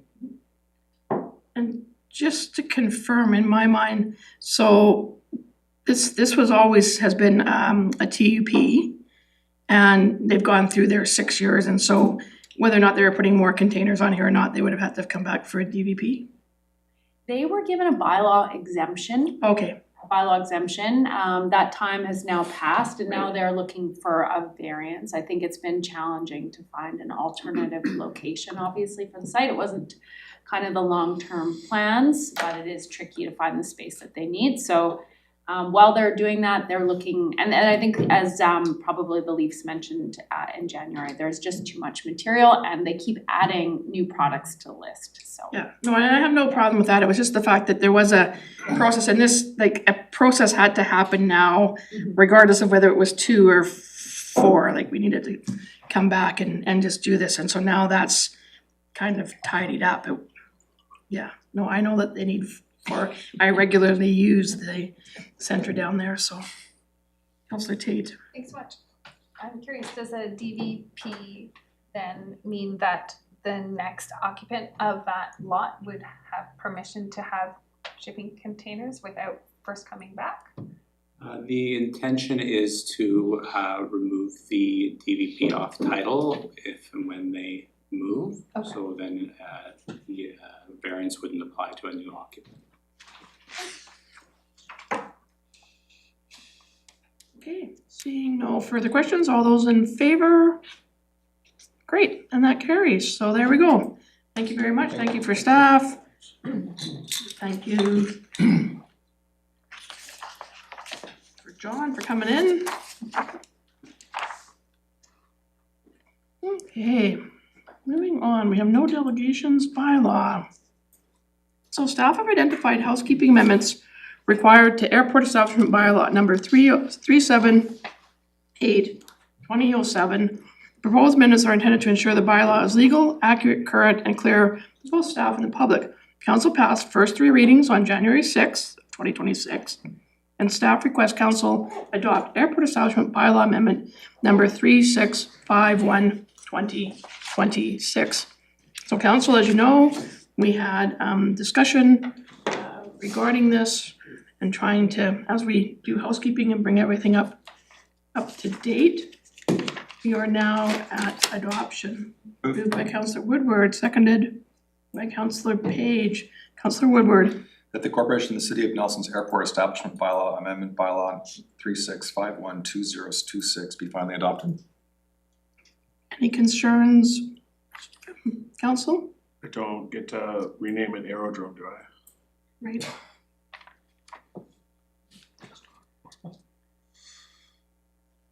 I think that's a friendly amendment. Can we? Yes, I think we do need to put in there.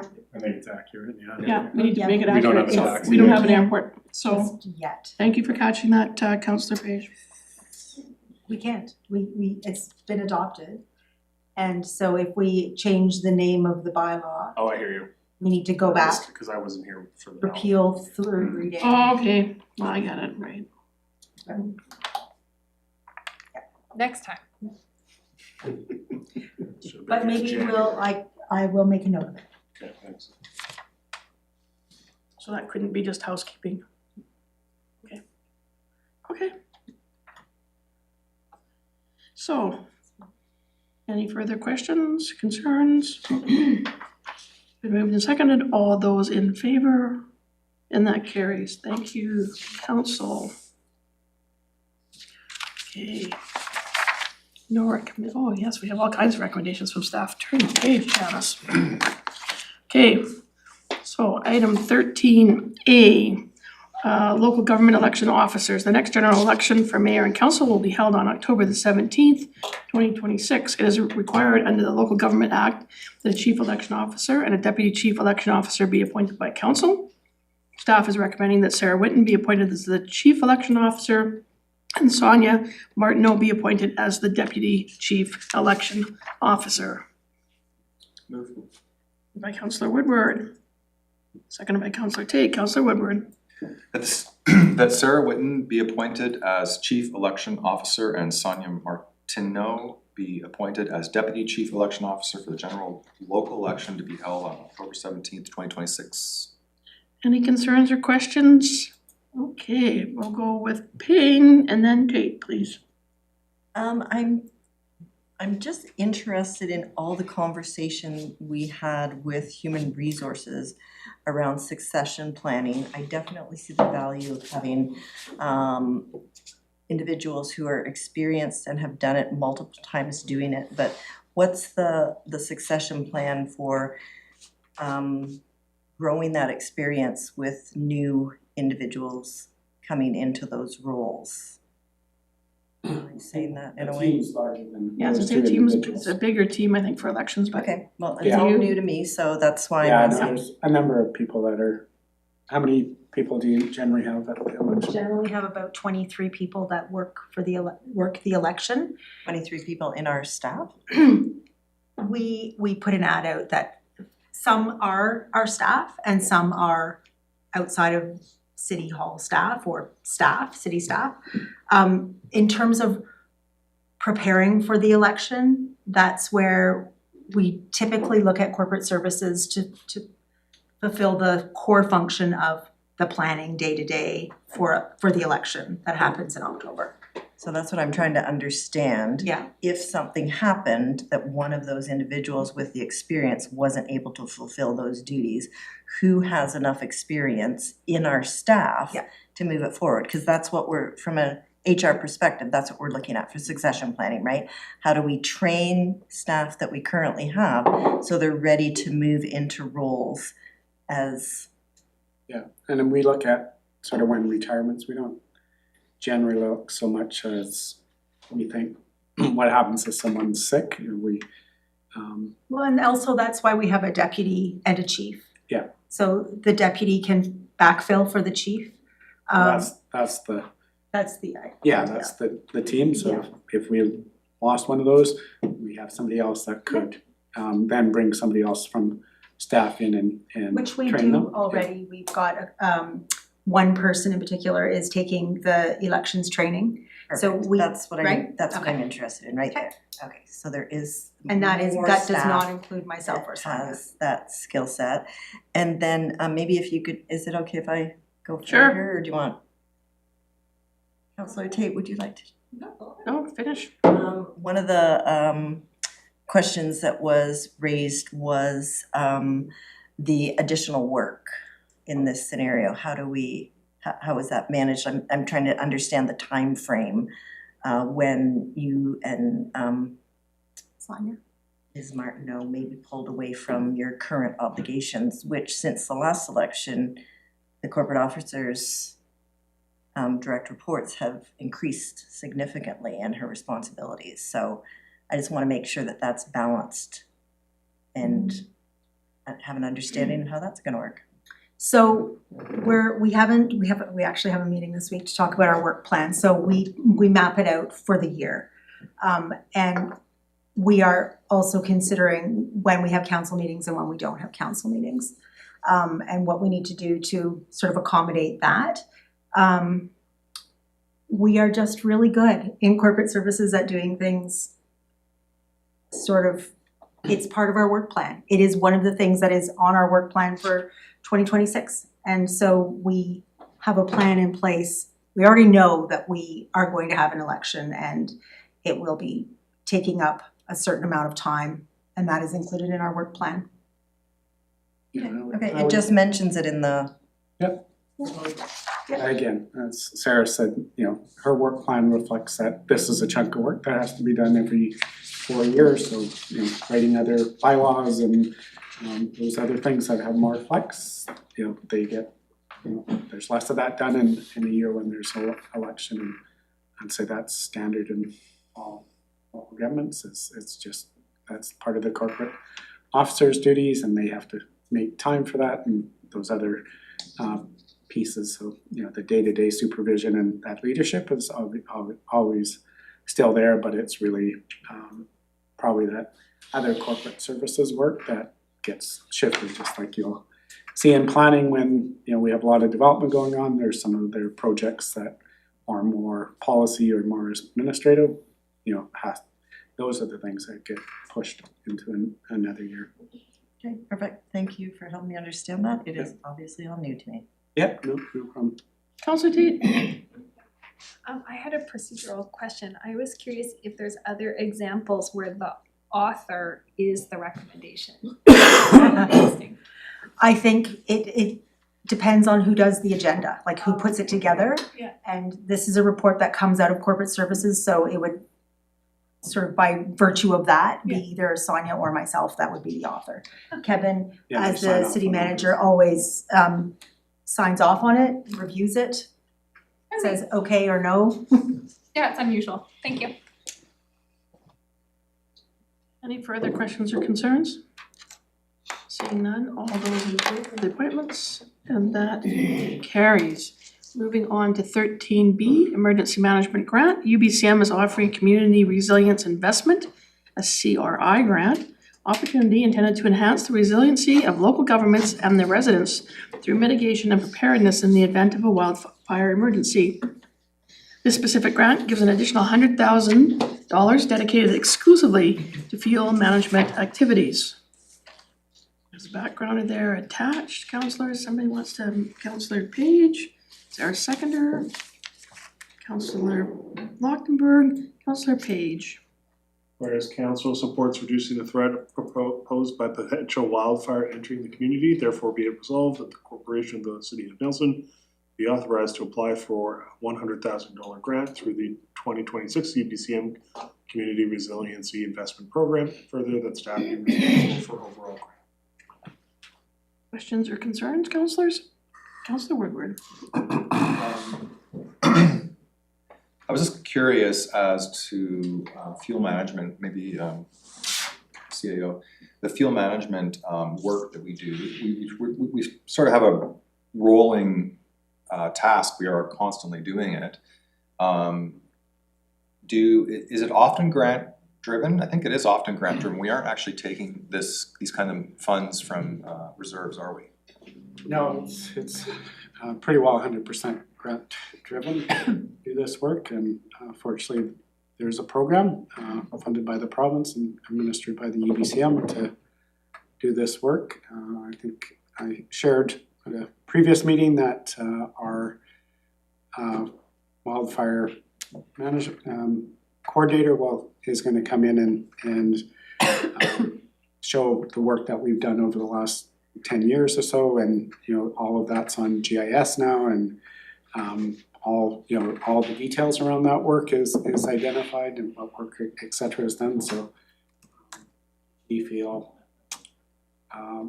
very blessed. We have some really good staff. We've had the funding, and we've made significant progress in the community, and the regional district partners have done some good work in the area surrounding Nelson, as has parks up in West Arm? No, not Western Park, but that's the Wilderness Park up here. For sale? No, it's West Arm Park. West Arm Park, it's right there, West Arm Park. Yes, This is me. West Arm, yes, West Arm Park. Just a supplemental, Mayor? Yes. Thank you. Through the chair, if we felt like we needed to do more of the work than these funds would cover, I mean, is that something that you might have to do, or do you feel like the grant funding that we're getting and the work that we're doing is keeping pace to what we need to keep pace to? Again, great questions to ask in more detail when the chief and our wildfire coordinator is here. But every time I talk to the chief, he feels that we're doing excellent work. The challenge is private lands. Yes, there's no funding for private lands, and that seems to be the hole in the program. Okay. Provincially. And it's been highlighted many times. Okay, thank you very much. And I think we bring that up when we go to Yes, UBCM. every time, yeah. Sort of feel like a broken record, or it's like a continual Groundhog Day or something. Councillor Tate. Thanks so much. I understand the top portion to be wildfire mitigated. I do not understand the more northern portion. Which block are you looking at? So because this is near the Trevor Street Yeah. new park. So this part to me is the park. This part I don't understand. That's the, I think the lands. I don't understand this part. School, isn't it? Yeah. Yeah, is it part of the school? Yes. Yeah, it's the lands. So we of can the ask school. for what on the It's SDA public. property? It's public Great. lands, yeah. Okay, thank you.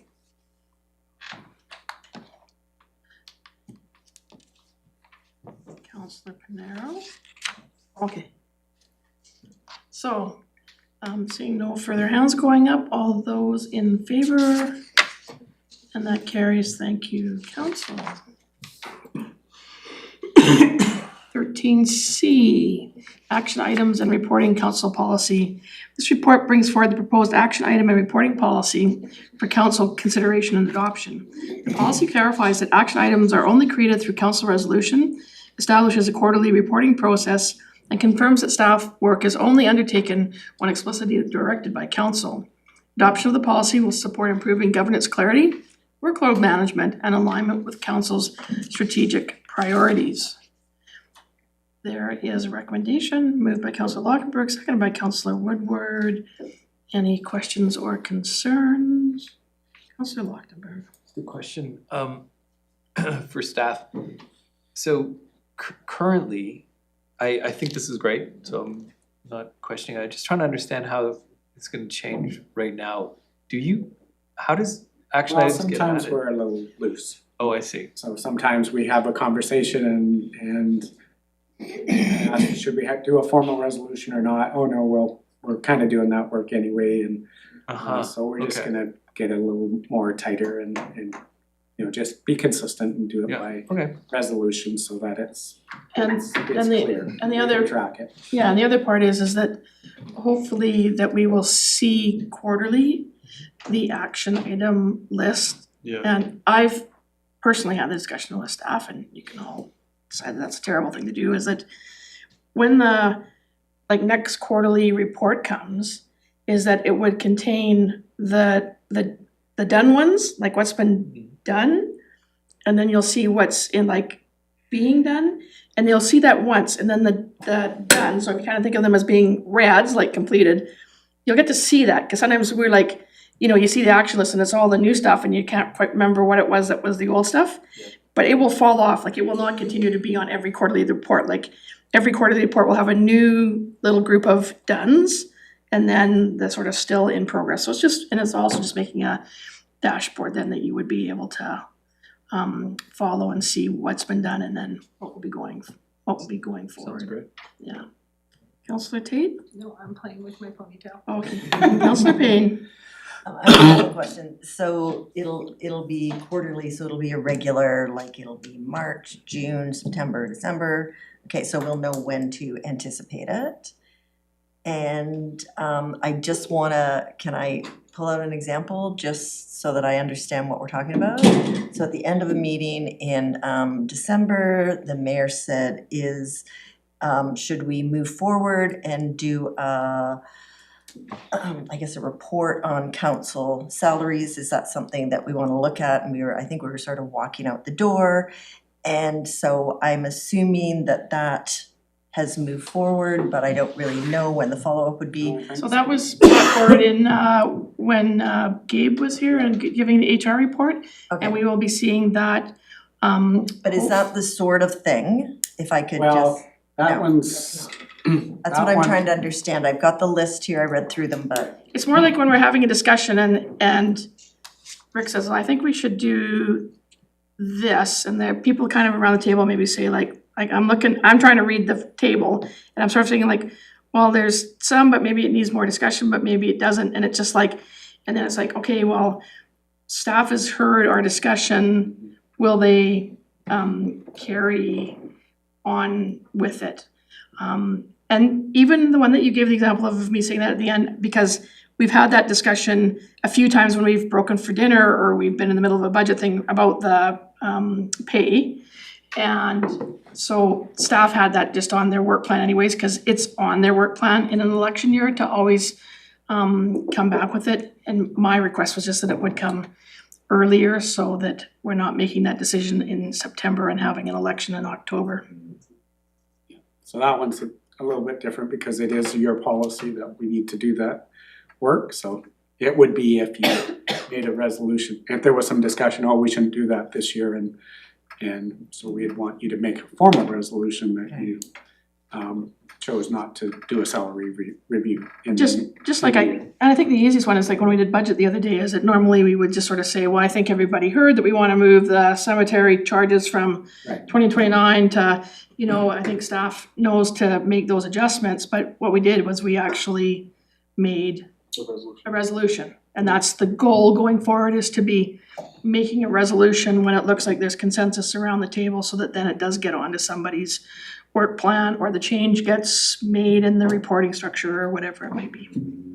okay, so that particular example you gave, that will appear on the next action items. Well, the action items that, I'm just, the action Yeah, it should. item, If there's a resolution, there's some action on it, it should show up on the thing. That one, we know that we have to bring the fees and charges by And law I back. by March, so it will probably show up on the action list as done. okay.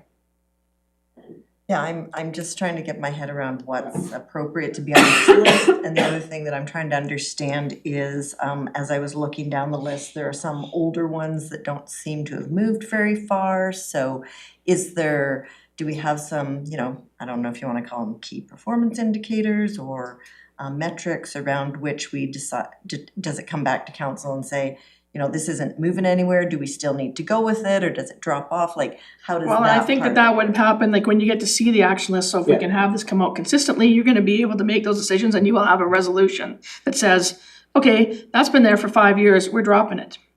Or unless we hear from staff as to some reason why it has to stay there. Because that's always what happens here, is that we ask for things and we never really give enough consideration to the fact that probably something has to fall off the work plan. And we've supplanted it with something new and exciting, and yeah, Yeah, we might go. I think it's gonna take a bit of time to see the dashboard and to be able to get it to fully work out. Yeah, cause some of we might say, we should refer that to the next strategic planning update and decide where it fits in the bigger scheme. So I think we wanna give some feedback of where these are, what our suggestion is, like, why something's moving or not moving, and so it's a living document that you get some more feedback on it that we hear from you. This one is actually a real priority, how do we make this happen? So that's what we're doing later tonight when this report comes up. Yeah, for sure. Let's give it a trial run. Yeah.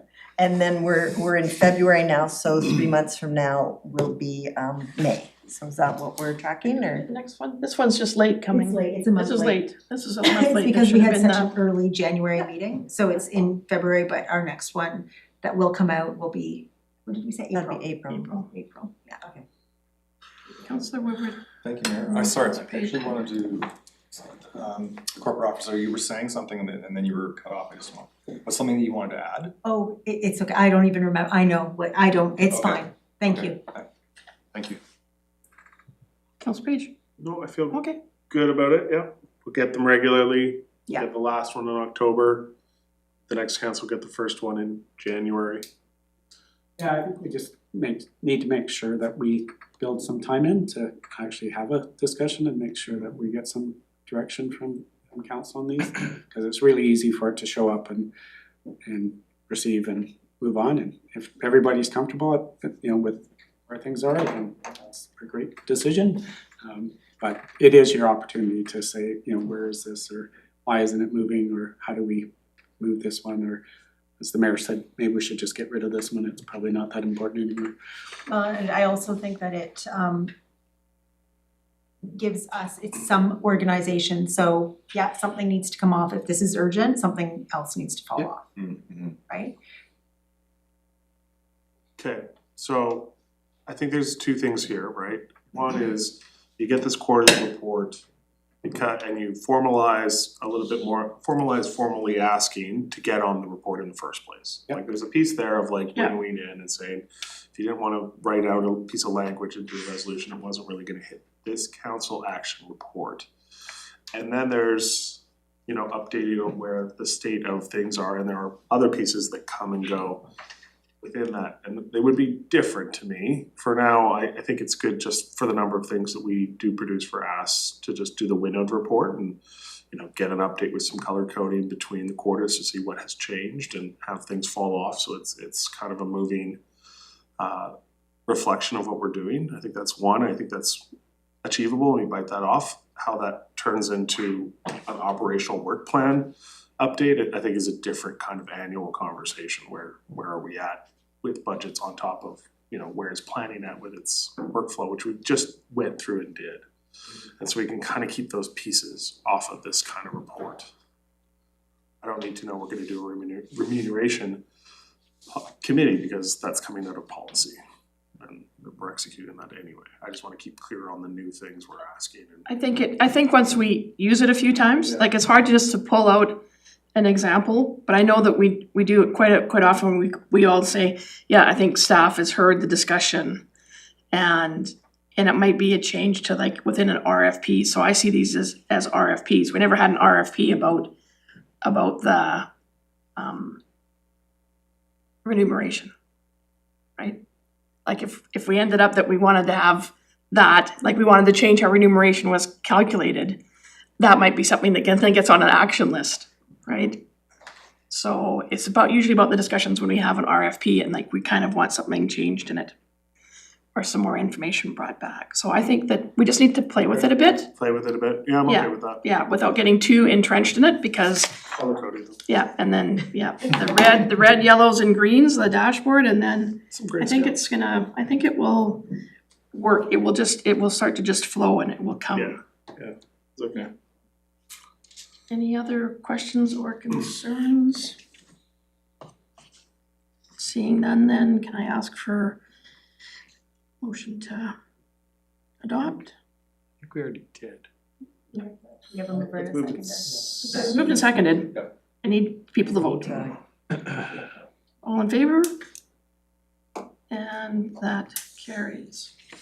Okay, moving on to reports, so. Councillor Lochtenberg, you're gonna move all the reports? I'm just looking like, because I always do this wrong, I get the reports and the other thing both backwards here, so. We've got information items from finance, development services, corporate administration, two of them, so we have the action items and campground occupancy statistics. We don't have the campground. Okay, so we don't have that. Is there anything you want to lift off the actions? So are we gonna review them then? Well, We're not gonna. What's Okay, the, so is then- that part of the process? That's what I'm trying to understand. When it well, comes to we can take one kick at the cat right now tonight, so we'll pull those separate. Yeah. So if I could have someone to move, receive for information the finance and development service statistics, Councillor Tate, seconded by Councillor Page. I'm taking it that nobody's saying to have them pulled out, so everybody's in favor of those. Okay, and that carries, so I'm counting the nods now, because the sorry. hands aren't going up. Sorry, I didn't. Yeah, so for receiving items 1 and 2 for information, Yep. and that carries. Item 3 has been pulled out, so let's take a look at the action items so we can see what this list looks like currently.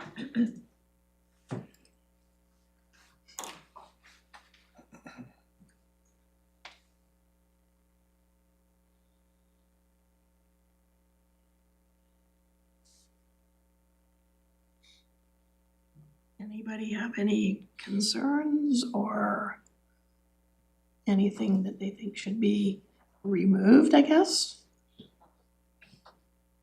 I have a question. Hmm. So could you just give us a little walkthrough of blue? First page seems a little bit different than second It is. page, and the blue, could you So just the walk blue us is through it? added, Okay, it is, the blues are more, or they should be red, I guess, but whatever. Like the color coded ones are ones that have been done okay, and they will be removed, so you won't see them again. gotcha, okay. But for this time, it is in keeping with the policy. Now, on the following page, I'm not sure what order they're in, for you guys. The action items are what we've got to date that haven't been accomplished. The strategic goal is identified, and then the outcome is identified as well. Whereas, so for example, the campground policy around length of stay. Council wanted that to be dealt with in, I think, at the January 10th, but 2025 budget meeting. Well, that didn't get put on a work plan for the youth center until this year. So you will see it come up at some point in 2026. So that is still on the, So page 1 is what this type of report will look like moving forward, and the other 2 pages are just letting us know what it looked like this past year. yes, Gotcha. except that Thank you. yes. But action items that are, so in talking with, and it can come back differently, but in talking with the corporate officer, action items that are in that page 1 that get completed will show up at the next quarterly meeting that they're, like, not the next quarterly meeting, but the quarterly meeting that they've been resolved in. Yeah. Will go blue or Yeah, red, red. and then you'll know that that's been done, and then it's not coming back again, just like these blue action items that are on pages 2 and 3. Yep. They're there now, they're not coming back for another visit to council I gotcha. to cloudy up the thing. They will be gone, but at least you can see, because you might go, where was that thing that I asked to have happen? If you look back, you can see. You would see it, but it's not But only for one cycle, it's gonna fall off all the time. Thank you. Missing the past cycle, it should have been in blue or Yeah. whatever color the cycle before. And Sarah, just to clarify, the ones in that first one is sort of all the white ones in that larger list, right? Yes, all the ones that haven't been done yet. Yeah. Right, are just white with dates. Right. Councillor Payne, then Councillor Page. So well, one thing I would appreciate having a date of when it's completed, so we know it started and we know it is completed, but is it possible to have a date on the completed? I don't know if we need a resolution for that, but then this is a little confusing to me, so the first one on the top of the blues, it says it's completed, the follow-up letter was prepared but not sent, so have we decided that's over then? Like that doesn't seem completed to me. Like deciding that we are not gonna send it would be completed, but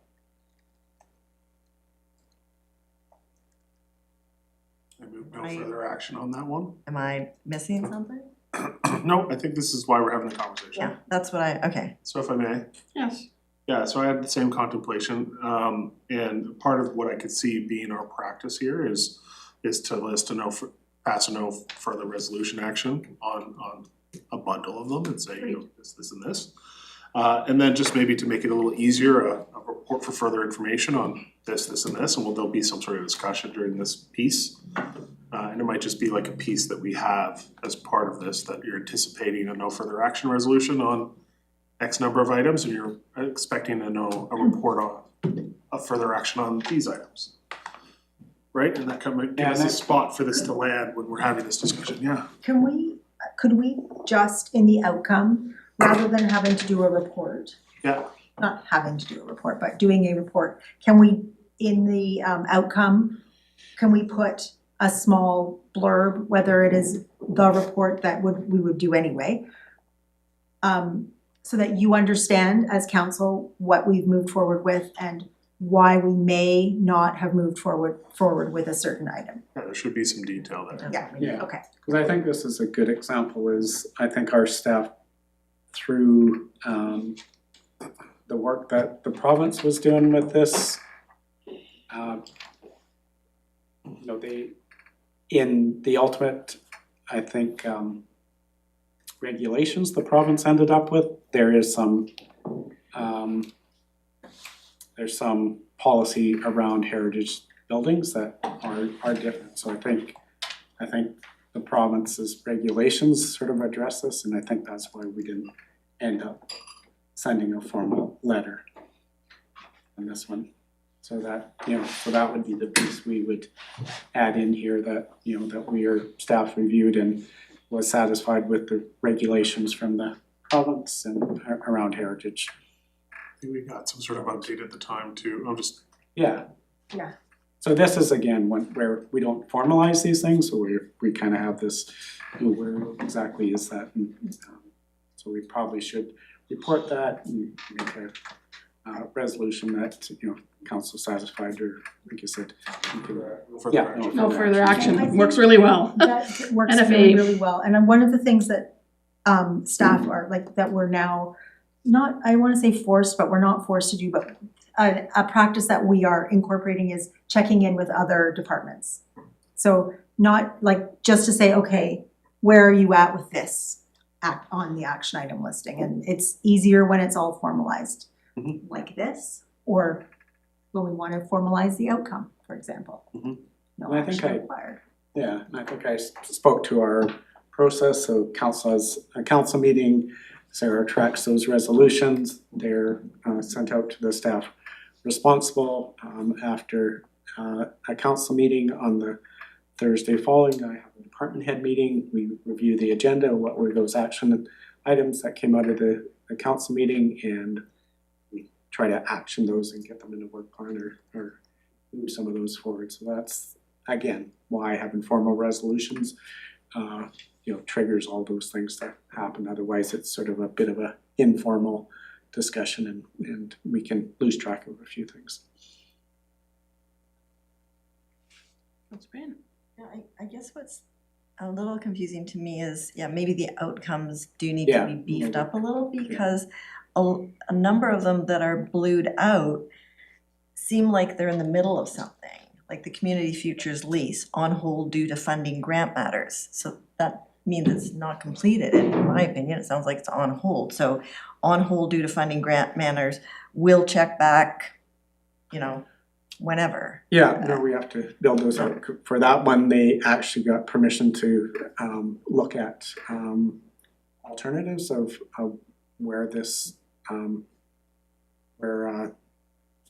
studio could be developed in the region, as opposed to, because the Civic was. So whatever it Yeah. is in that situation. It should show up here, so you know where it's It at. could show up there, because then it's just got the brackets on both sides, it's completed. And I mean, there's just one on here that I thought was completed, but maybe I'm mistaken about BC Transit running out. Like there, it is on hold, and it's gonna have a natural way of coming back, right? Like, it's not completed, because if it does go through in some sort of grant at the NADP, eventually they'll come and want to have this negotiation done later, if successful. It will find. Is that fair on that one? It's not like we don't need to lead it. No, they could come back and say, we've done a review of the whole region and we still think that is the best fit for this project. And then I'll ask again. Yeah. So I guess that could be explicitly stated. I guess the point and the principle of the outcome is, if it's not no further action, whose court is it in now? And it's in the NADP's court at the behest of a grant. And it will naturally come back to ask a future council one day, if need be, of that. So whose court is it in? Okay. It's not gonna be perfect. It's gonna take some Absolutely not. time, and but it's something that's definitely, I've heard, being asked for. So we need to formalize as the council table how we're directing things to get on to work plans, whether or not they get solved or not. And then sometimes I look and I have to think sometimes like, oh, that's right, yeah, that was like, we did talk about it, do something about it. So it's never gonna be perfect, it's never gonna be the answer that sometimes that we want, particularly if we're the person that put it on the table to start with. But I think we're at a good place here in terms of trying to tighten this up. We've been doing a lot of governance work over the last 4 years, and this is one more piece of it. Any other comments or concerns now that we've kind of taken it out and looked at it, Councillor Payne? I just wanna say, I do love the idea. I think this can work really, really well for us. There's one here, July 4th, 2025, regular, investigate scramble at Josephine Street and Ward, complete. That's what we're going for. I will probably take this, put it in a binder, and I will note the meeting at which we saw the report, so that I can refer back, as opposed to just being complete. That'll allow me to not have to go back into my memory bank and go, okay, what did we talk about again? Cause I'll have the information, oh yeah, we completed it and this was the result of that. So that when it comes up, if it comes up at some future time, it'll be easier. I don't know if there's an easy way to find things in the minutes. I have not found that yet. I generally refer back to my notes and do it from that, but that would be the only next step that I would like to see, but I can do that, so that I will have it. So thank you very much for the work here, and I look forward to seeing this progress. It's gonna be great. So if I could have a motion to move for information, item number 3, corporate administration, the action item list. Councillor Woodward, seconder, Councillor Tate. All those of receipt for information, and that carries. Thank you, everybody. Thank you, staff. Further discussion? There's another question. Okay, Councillor Kane. In 14, information item, it said includes correspondence. My understanding, we are no longer getting correspondence on the agenda. We're getting it as a separate email with attachments. Can we get them attached here even though we're getting them on a more timely fashion? The only problem I say with that is privacy information. I So think they would be when there's redacted personal if we put them information, onto the, yeah, we can they'd have to be redacted. definitely have to be redacted. Because they used to be on the agenda, didn't they? No, I thought we had a list of correspondence, I thought not we did necessarily the too. correspondence itself. Then we need to take it off of here, cause if we're saying we're Sorry, including. where is it it? says on 14, it says in the, Oh, Correspondence. It says Correspondence includes committees. correspondence. Yeah, we'll So just take if- it off. Yeah, if we're not gonna have correspondence there, then let's not say we're having correspondence. Okay, we're gonna remove that. So then we will just be getting it in the monthly, Yes. Yeah, and but can we bring items forward from that to this part of the meeting I think if we they're talked about, public? did we not So have a I think- discussion about them coming forward when you're doing your council report? No, we were gonna bring them forward in that In item, and this that's why section, it's yeah. listed Okay, in there. that item, okay, well, I think there's, yeah, I agree with Yeah, Councilor no, I Tate. remember I had to I wait. know it was coming back somewhere, so then do we leave that in there and we just call includes correspondence questions? Do we need to put more words in there, or? Everyone knows what the intent of that is. Okay, Cause I thought we could do the list, here's the. Yeah. The items that were in correspondence and without the actual correspondence. Yeah. It makes me think of their formal, more formal requests, correspondence that come forward with requests of council of various natures, and there's some that are, raising concerns, and those are different. So from the agenda perspective and just reflecting on what we see at the RD, I'm okay with getting stuff from ministries and various asks of council that show up there. And where a user group is asking something specific and it's their letter where they're asking, that makes sense. And you guys will let them know that those are going on. And then pretty much all the other stuff that people do send, just to make us aware and let us know and tell us this is happening or that is happening, I feel that's still appropriate within the correspondence. And I think in some cases you'll reach out to those people and say, hey, if you want this to show up on the agenda, you can write a formal letter asking council this specific thing you're asking beyond this email you just sent. And they would know it'd be there to be lifted out. We tend to do that and then it would go as a request, which we don't have on here. Oh, no, number 10, requests. So when we do get correspondence or hear from a group that has a request for council, we ask them to put it in a formal letter and then we attach it to the agenda under requests, not under correspondence. Fair enough. Touche. Councillor Payne? yes, but I wanna make would work for like you. to agree with what Councillor Page is saying, because I remember in the January correspondence package, we did get a letter from federal minister, I'm sorry, I'm gapping on his Fraser. name right now, Fraser. Sean Fraser.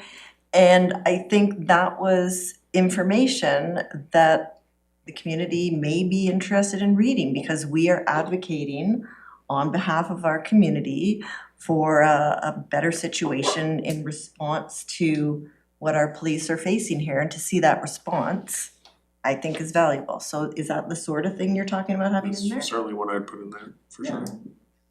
So that sort of information, I don't know how else the community would see anything like that, and I don't think there's anything confidential in there, or like even the media, I don't think gets that information, do they? A letter back from like a letter, that response to a letter that I wrote? Yes. Yeah, Yeah, I don't think that. So you don't think it's valuable for him to media say we got sees your. it. I'm not saying that it's not valuable, you're questioning, did it go to the media, like, my letter wouldn't go to the media, my letter went to the Just trying to minister. understand how the community would understand that we're advocating on their behalf. I think that's valuable. Yeah, so you could either do it in reports, and Mayor could say, I got a response from the minister and, to the letter we wrote regarding this thing, and you could report it on that way. You could, it could show up in correspondence, it's whatever people think are easiest. I think it's, just incumbent on, I think you wanna speak to it of, what we're doing, and, when we come out of UBCM, the mayor normally does a report saying, here's the people we met with, and here's the things we asked for, and whatever, so you could handle it either. Mayor reporting back on correspondence that she's received from initiatives, that advocacy work that we've done there, or we could bring it here, have further sort of discussion on what's the best. But certainly we could, if the mayor's going to speak to him, we could make sure that she has that package of the things that have come back and is in a position to speak to those, or like I said, you can put it on the agenda and then we'll give a place for the mayor to speak to those things. Kind of back to a list. And back to a list, yeah. Well, if Yeah, I anyone mean, could, like, is this, so considering that there's some correspondence that we got that would probably need quite a bit of redaction, Yes. or there's other parts of correspondence that we could make a list of. Totally. And yes. can we do that? And is that workload heavy, or is that something that you can just do in a we course? can do it. Okay. just for clarity for myself, like, just listening to the discussion, it feels like a list is good if someone from the media can pick up the phone and say, hey, what was this one about? Yeah. Right, cause then it happened and it came, and so we're gonna ask a follow-up, and it could just be the list, and it'll be the list that's in our correspondence package. Yeah. When we get all of them, and then it's transparent at least, but then they don't have to go and redact unless they have to redact. Yeah. Is what now makes sense to me, so I'm fine with that, I don't know if all of this you. So we're leaving under item 14, information items, we're gonna leave correspondence there as a word. We're gonna have a list next time. And a list. Okay. Okay. And I think, and maybe we'll just do some policy work I think we eventually need to. on this, and this is kind of what this looks like. I think, can we please Yeah. just play with it a little bit, and I feel like the next time you're going to see a correspondence list might not be the next regular meeting. And I think that gives us some time to figure out what's gonna work for staff and to sit down and really flesh it out, Yeah, you gotta do come up with a procedure. Can I just Councillor Payne. close with one thought? So the reason that I feel this is important is often in Facebook, which I don't look at very much, but people sometimes draw my attention to, we see lists of things, well, why isn't city council doing this, and this? And I look at the list and I'm going, we're doing this, and this. But maybe we just haven't and there will always be those people who, even if we communicated, it may not be received in a way that is understood, and I get that part.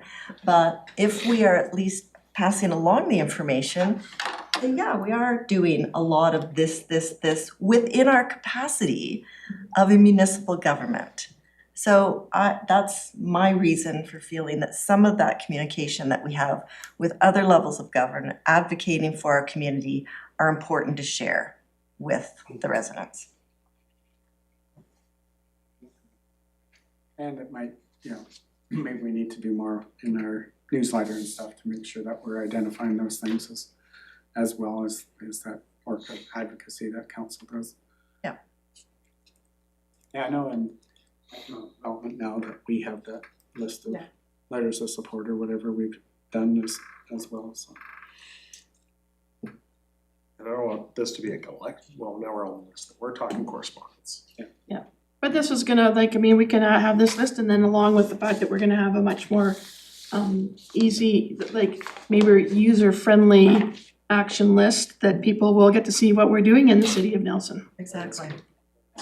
The action list, I think, will really speak volumes to things.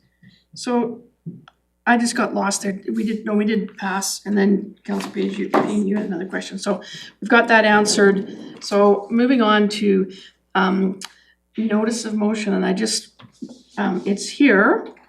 And so just to remind people, is that this is just a yay or nay. It's not a debate on this motion, because it would have to come back as an RFP to next meeting, but it's a good practice thing. But at the same time, I am gonna ask whether or not the councillor who put it through as a notice of motion would consider withdrawal, because city staff is already doing all of this work, and additional signage will be going up either at the end of the week or the beginning of next week. So I would ask for withdrawal. If you don't feel it's enough information, I would ask the corporate officer whose department bylaw is to comment on it, but Councillor Lochtenberg. Just a question of procedure. So we passed the report action thing. Wouldn't this be one of those things? It hasn't, this is a notice This is of a motion. notice You of haven't motion. actually said you wanted us to do this Right, but I'm work just yet. gonna, sorry, yes, and you were just saying. So a notice of motion would be is that here's the notice of motion, Yeah, and then Yes, it would go. if we, I know, but what I get all that. What I wanted to say was is staff already working on it? Yes. Is what I thought you were gonna say. they And are, is that on the action list? no, No. that's just work that they We're are, just identifying there's it. just, it's just that work that they're doing. This notice of motion the came only point I because a was councillor had heard, as I'm sure many of us have heard back about the issue. Particularly, there's lots of issues at the parking at the recreation center. We talk about it almost every rec meeting. But specifically to the fast chargers, but this work has, just as a process of doing work and doing required work, because not everything that staff does is directed by the council, because there's just work that has to be done. We don't direct everything. Oh, I thought this was directed by council at a previous point. No, Because I not think this. We've talked about Topic it. We've talked about it a million times, and then Councillor Page decided that he wanted to formalize it in a notice of motion. So the procedure is, notice of motion comes, at this meeting, all we would be doing It's just is just voting that we want it to come back with the information that we need, or to know that it's been concluded, or whatever. Dictates that But we sanctify We don't this. have to put this on the action item list, because the action is already occurring currently. Naturally. And So when I'm you asking him for report- withdrawal. We have an update from the corporate officer on what the action is that mitigates this. There's a little, yeah. Yeah, You would so- like an update? Oh, No, like now, do you? You can tell us. Can you Okay, update us no, what's it's going fine. on in this area? Jordan has been in communication with, what's his name? The manager of NDCC, Ryan. Ryan Rickleton. And they've come to some conclusion that, so signage will be replaced over there, particularly around the EV charging stations, to let people know that unless you're charging your EV, please do not park there. And you may be towed if you are parked there and you're not charging your EV. And it will also have Bylaws phone number, where you can reach the bylaw. Perfect. So that's great. When I did bring this up, there had been some issue with signage. It sounded to me that stuff had just changed around there with the lighting and installations there, so it was a temporary thing, and staff were already on the motion to improve the situation. So I withdraw this motion because it's no longer required. May I Thank ask you. a technical Councillor question? Woodward. Is there lighting Now there is, yeah. down, okay, in front of or around the fast chargers? Little lights standard there. Thank you. Okay, so that was a good exercise in doing a notice of motion, just so that people could see how it works. There it was. Didn't need to put it on the action list, because it's in action, and so withdrawal is the appropriate thing. So, thank you, Councillor Page. Councillor Payne. I remember the last time a notice of motion came forward, there was some discussion around changing our procedures so that it doesn't put such an onus and workload on staff to have it immediately come back. And I know many other councils around the province do use this as an effective tool. I don't know how they're doing it, I can certainly find out, but is there any appetite for us to understand how to do that in a different way? And I'm sort of looking at it. That's a no, that's a. I thought the notice of motion actually relieves pressure off staff because Yeah. it's the responsibility of the person who Person that's brings moving it it. forward to provide the information to council. But if council votes to approve the notice of motion, then my understanding is that staff needs to come back with that information at the next business meeting, is that? Just puts it on the agenda. Not necessarily the next one, I think it's Yeah, would- next, This would go on an action tracking list and Oh. we would say when we would do it and whatever. I think the challenge I is. think we vote, just for procedure, this is a vote on the notice of motion to put it on the next agenda to debate. That's right. And then it's on to the councillor to Business produce some meeting sort of agenda. report for that debate. Yeah, the challenge is if there's, for staff is, if you put that on the, is us doing enough background to, when we have that debate, here's what the implications of that are, et cetera, so, but there's no perfect system, so, put it on the action tracking, we'll come back and say, here's what that might entail, and here's where we think we could put it in the whole plan, et cetera, and we get a chance to talk about those action items and what's on your priority, but knowing that, now we've had a chance to look at what kind of workload that is, or what kind of effort needs to be put in there. I just know other councils do use it as an effective tool, so. And it doesn't seem to be a tool that we use here. Kind of conditioned practice more than anything, right? Yeah. Could be, I could do another one next week if. yeah. Just for fun. Well, it could be in their procedural bylaw, right? Remember, every council has their own procedural bylaw within the guardrails of the community charter, so. Was it Sean Orr that did the bright headlights at City of Vancouver? Was that a notice of motion? I don't know, but I'd be all over that. Yeah. Sometimes I'm walking down the street like this. Everyone likes nice, cool, orange. You're getting off track here. Okay, so on that note, before we go completely crazy here in the bright lights of council chambers, there was no late item, if I could have a resolution to adjourn. Moved by Councillor Page, seconded by Councillor Woodward, all those in favor? And that carries 8:02, I think, council, congratulations, The shortest 8:01. Was that, did he do a notice of motion?